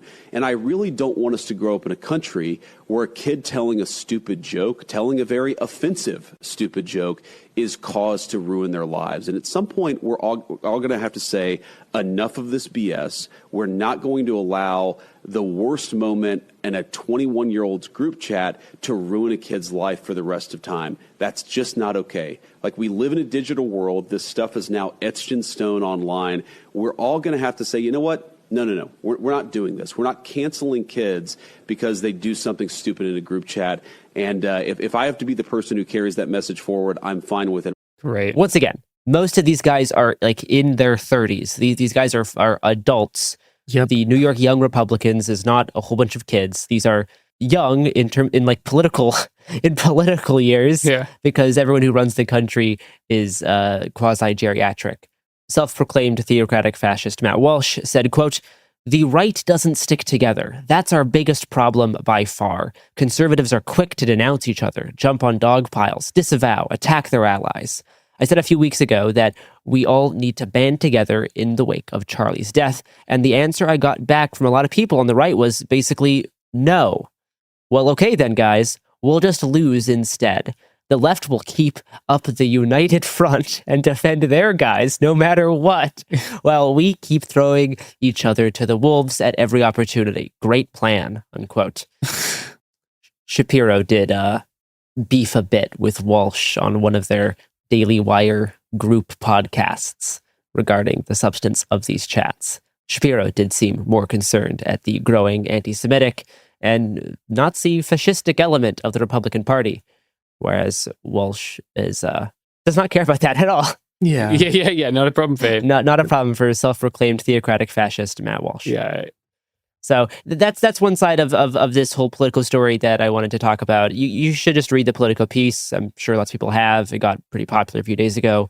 But I find the sort of, I mean, I would have called it like the dissident right reaction. But when you have the vice president as like the guy leading the charge on this type of stuff, it's not really dissident. Yeah. Like there is a large number of Republicans who are condemning the contents of this chat. But you do have the vice president of the country playing defense for it. Yeah. And for the people involved. And I think this is actually a very important thing about what the structure of the Republican Party is right now, which is these kind of low-level like staffers, right? The young Republican people. And these are a bunch of people who are also making White House policy. You know, Stephen Miller is, you know, the guy who's doing a whole bunch of the sort of ethnic cleansing deportation policy right now are just Nazis. They're just Nazis. And every time one of these group chats comes out, it looks like this. And that's a really significant factor in why American politics looks like this, which is that like the people who are entering the Republican Party right now, who are like their sort of youth wing, quote unquote, are these people. And we're seeing their policies get enacted. And it fucking sucks. I mean, it's often baked in this like post-ironic, like joking way where, you know, obviously the Nazis, some people in these circles will say, you know, obviously the Nazis themselves are bad, but we're using this as like a mimetic signifier for like nationalism and for all of these things. Now, there is a fair number of people who just will straight up defend the Nazis. Absolutely. But I think it goes beyond like this isn't German National Socialism. Like it goes beyond to like they're using Nazism as a meme for their political project. And memes get used a lot in these types of safe spaces where people can joke around. So you see that very clearly here. But you also see it on like the DHS Twitter account. You see the same kind of like post-ironic stuff. Like a few weeks ago, they were fucking Moon Man posting. You can Google that one if you want to. We don't have time to explain. But that's a very old, like internet Nazi dog whistle. Yeah. And I've talked a decent bit about my feelings on like focusing a lot on like the DHS Twitter dog whistles. Yeah. But yeah, it is in invoking of this stuff for this like mimetic, like archetypal context that they surround themselves in. Yeah, and then, doing the actual thing, which is going out and rounding up a whole bunch of doing these ICE raids. Non-white people and right, like the ICE recruiting ads are like the clearest example of using this type of mimetic imagery for their actual political project, and then to enact the thing physically. And it's very clear there because there's very little disconnect. It's an immediate transference. Yeah, it's just a very straight line. Yeah. James, do you want to close us up on the great state of Alaska? Yeah, talking about something not so great in Alaska, but we normally do a fundraiser at the end, so I wanted to put this here. For those of you who are not aware, because this has really got not enough coverage, in my opinion, a massive storm, in fact, the remnants of a typhoon slammed into the west coast of Alaska, leaving more than 1,000 people without shelter along the Yukon-Kuskokwim River. These are Alaska native villages, and their inhabitants are now climate refugees at the very start of winter, right, in the coldest place in the United States.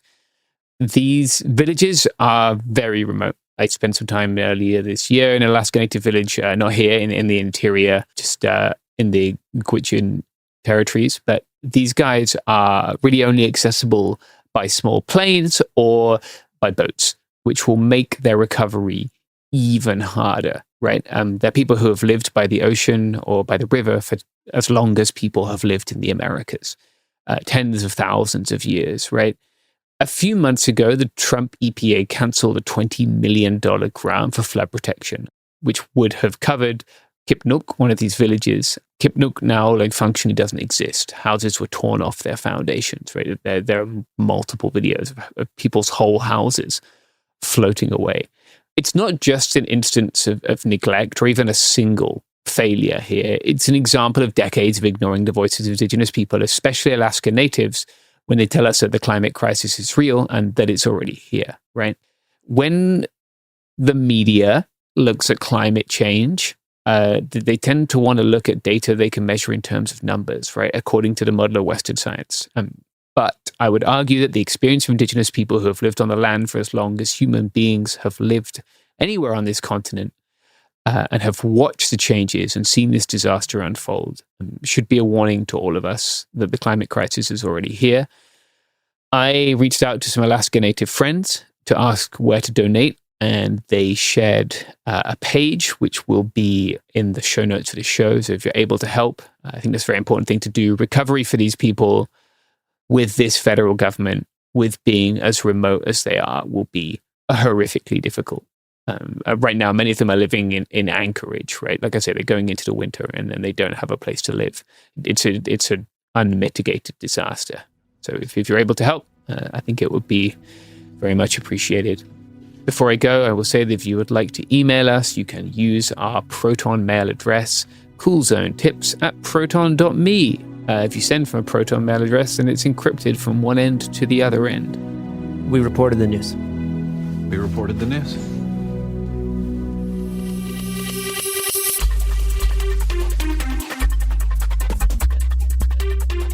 Hey, we'll be back Monday with more episodes every week from now until the heat death of the universe. It Could Happen Here is a production of Cool Zone Media. For more podcasts from Cool Zone Media, visit our website, coolzonemedia.com.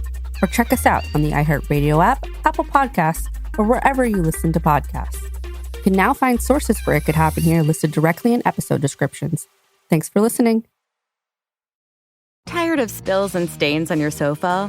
Wash away your worries with Anabay. Anabay is the only designer sofa that's machine washable inside and out, starting at just $699. Plus, Anabay sofas are pet-friendly, stain-resistant, and feature changeable slipcovers and modular pieces. Get up to 60% off site-wide with a 30-day money-back guarantee. Visit washablesofas.com to get yours now. That's washablesofas.com. Offers are subject to change, and certain restrictions may apply. This is Radhi Devlukia from A Really Good Cry. I absolutely love getting outside, whether it's a quick walk or a mindful few steps between meetings, or even a longer run to just clear my head. But the one thing that can really ruin that for me is shoes that just don't feel right. That's why I started wearing Ultra Running. With the Ultra Fit, every step feels comfortable, balanced, and strong, like my feet can finally move freely. What really stood out to me was the roomy toe box. My toes actually now have room to spread out, which makes movement feel more natural and comfortable. And when your feet aren't cramped, you feel more balanced, like every step has a strong, stable foundation. I've noticed that with extra space, my foot muscles get to work building strength, so I can actually move with more confidence. Ultra fits and moves with you no matter your pace or your goals. Beginner or marathon runner, they've really become my go-to for any kind of running or training, and I always feel like my feet can do exactly what they're meant to do. Feel the difference by visiting ultrarunning.com and use my code CRY10 for 10% off. That's ultra, A-L-T-R-A, running.com. Experience Ultra and stay out there. Flag football is exploding, and iFlag is leading the way. As the Guinness World Record holder, iFlag hosts premier flag football tournaments nationwide for boys, girls, high school girls, and adults. From first-time players to elite competitors, iFlag delivers top-level competition, unforgettable experiences, and a community built around the game. Ready to be part of it? Join the movement. Find your tournament and learn more at iflag.org. That's iflag.org. Today, kids need space to run wild. But for children living with serious illnesses, that kind of freedom can be hard to find. That's why Serious Fun exists. Serious Fun is a network of camps founded by legendary actor and philanthropist Paul Newman, staffed by medical professionals who create a safe place for kids to, as Paul put it, raise a little hell. With expert care built in, kids get to play, explore, and feel free to be themselves. These camps are always free of charge to campers and their families, which is where your support can really make a difference. To learn how you can help more children with medical challenges experience the joy, freedom, and belonging that every child deserves, visit SeriousFun.org. This is an iHeart podcast. Guaranteed Human.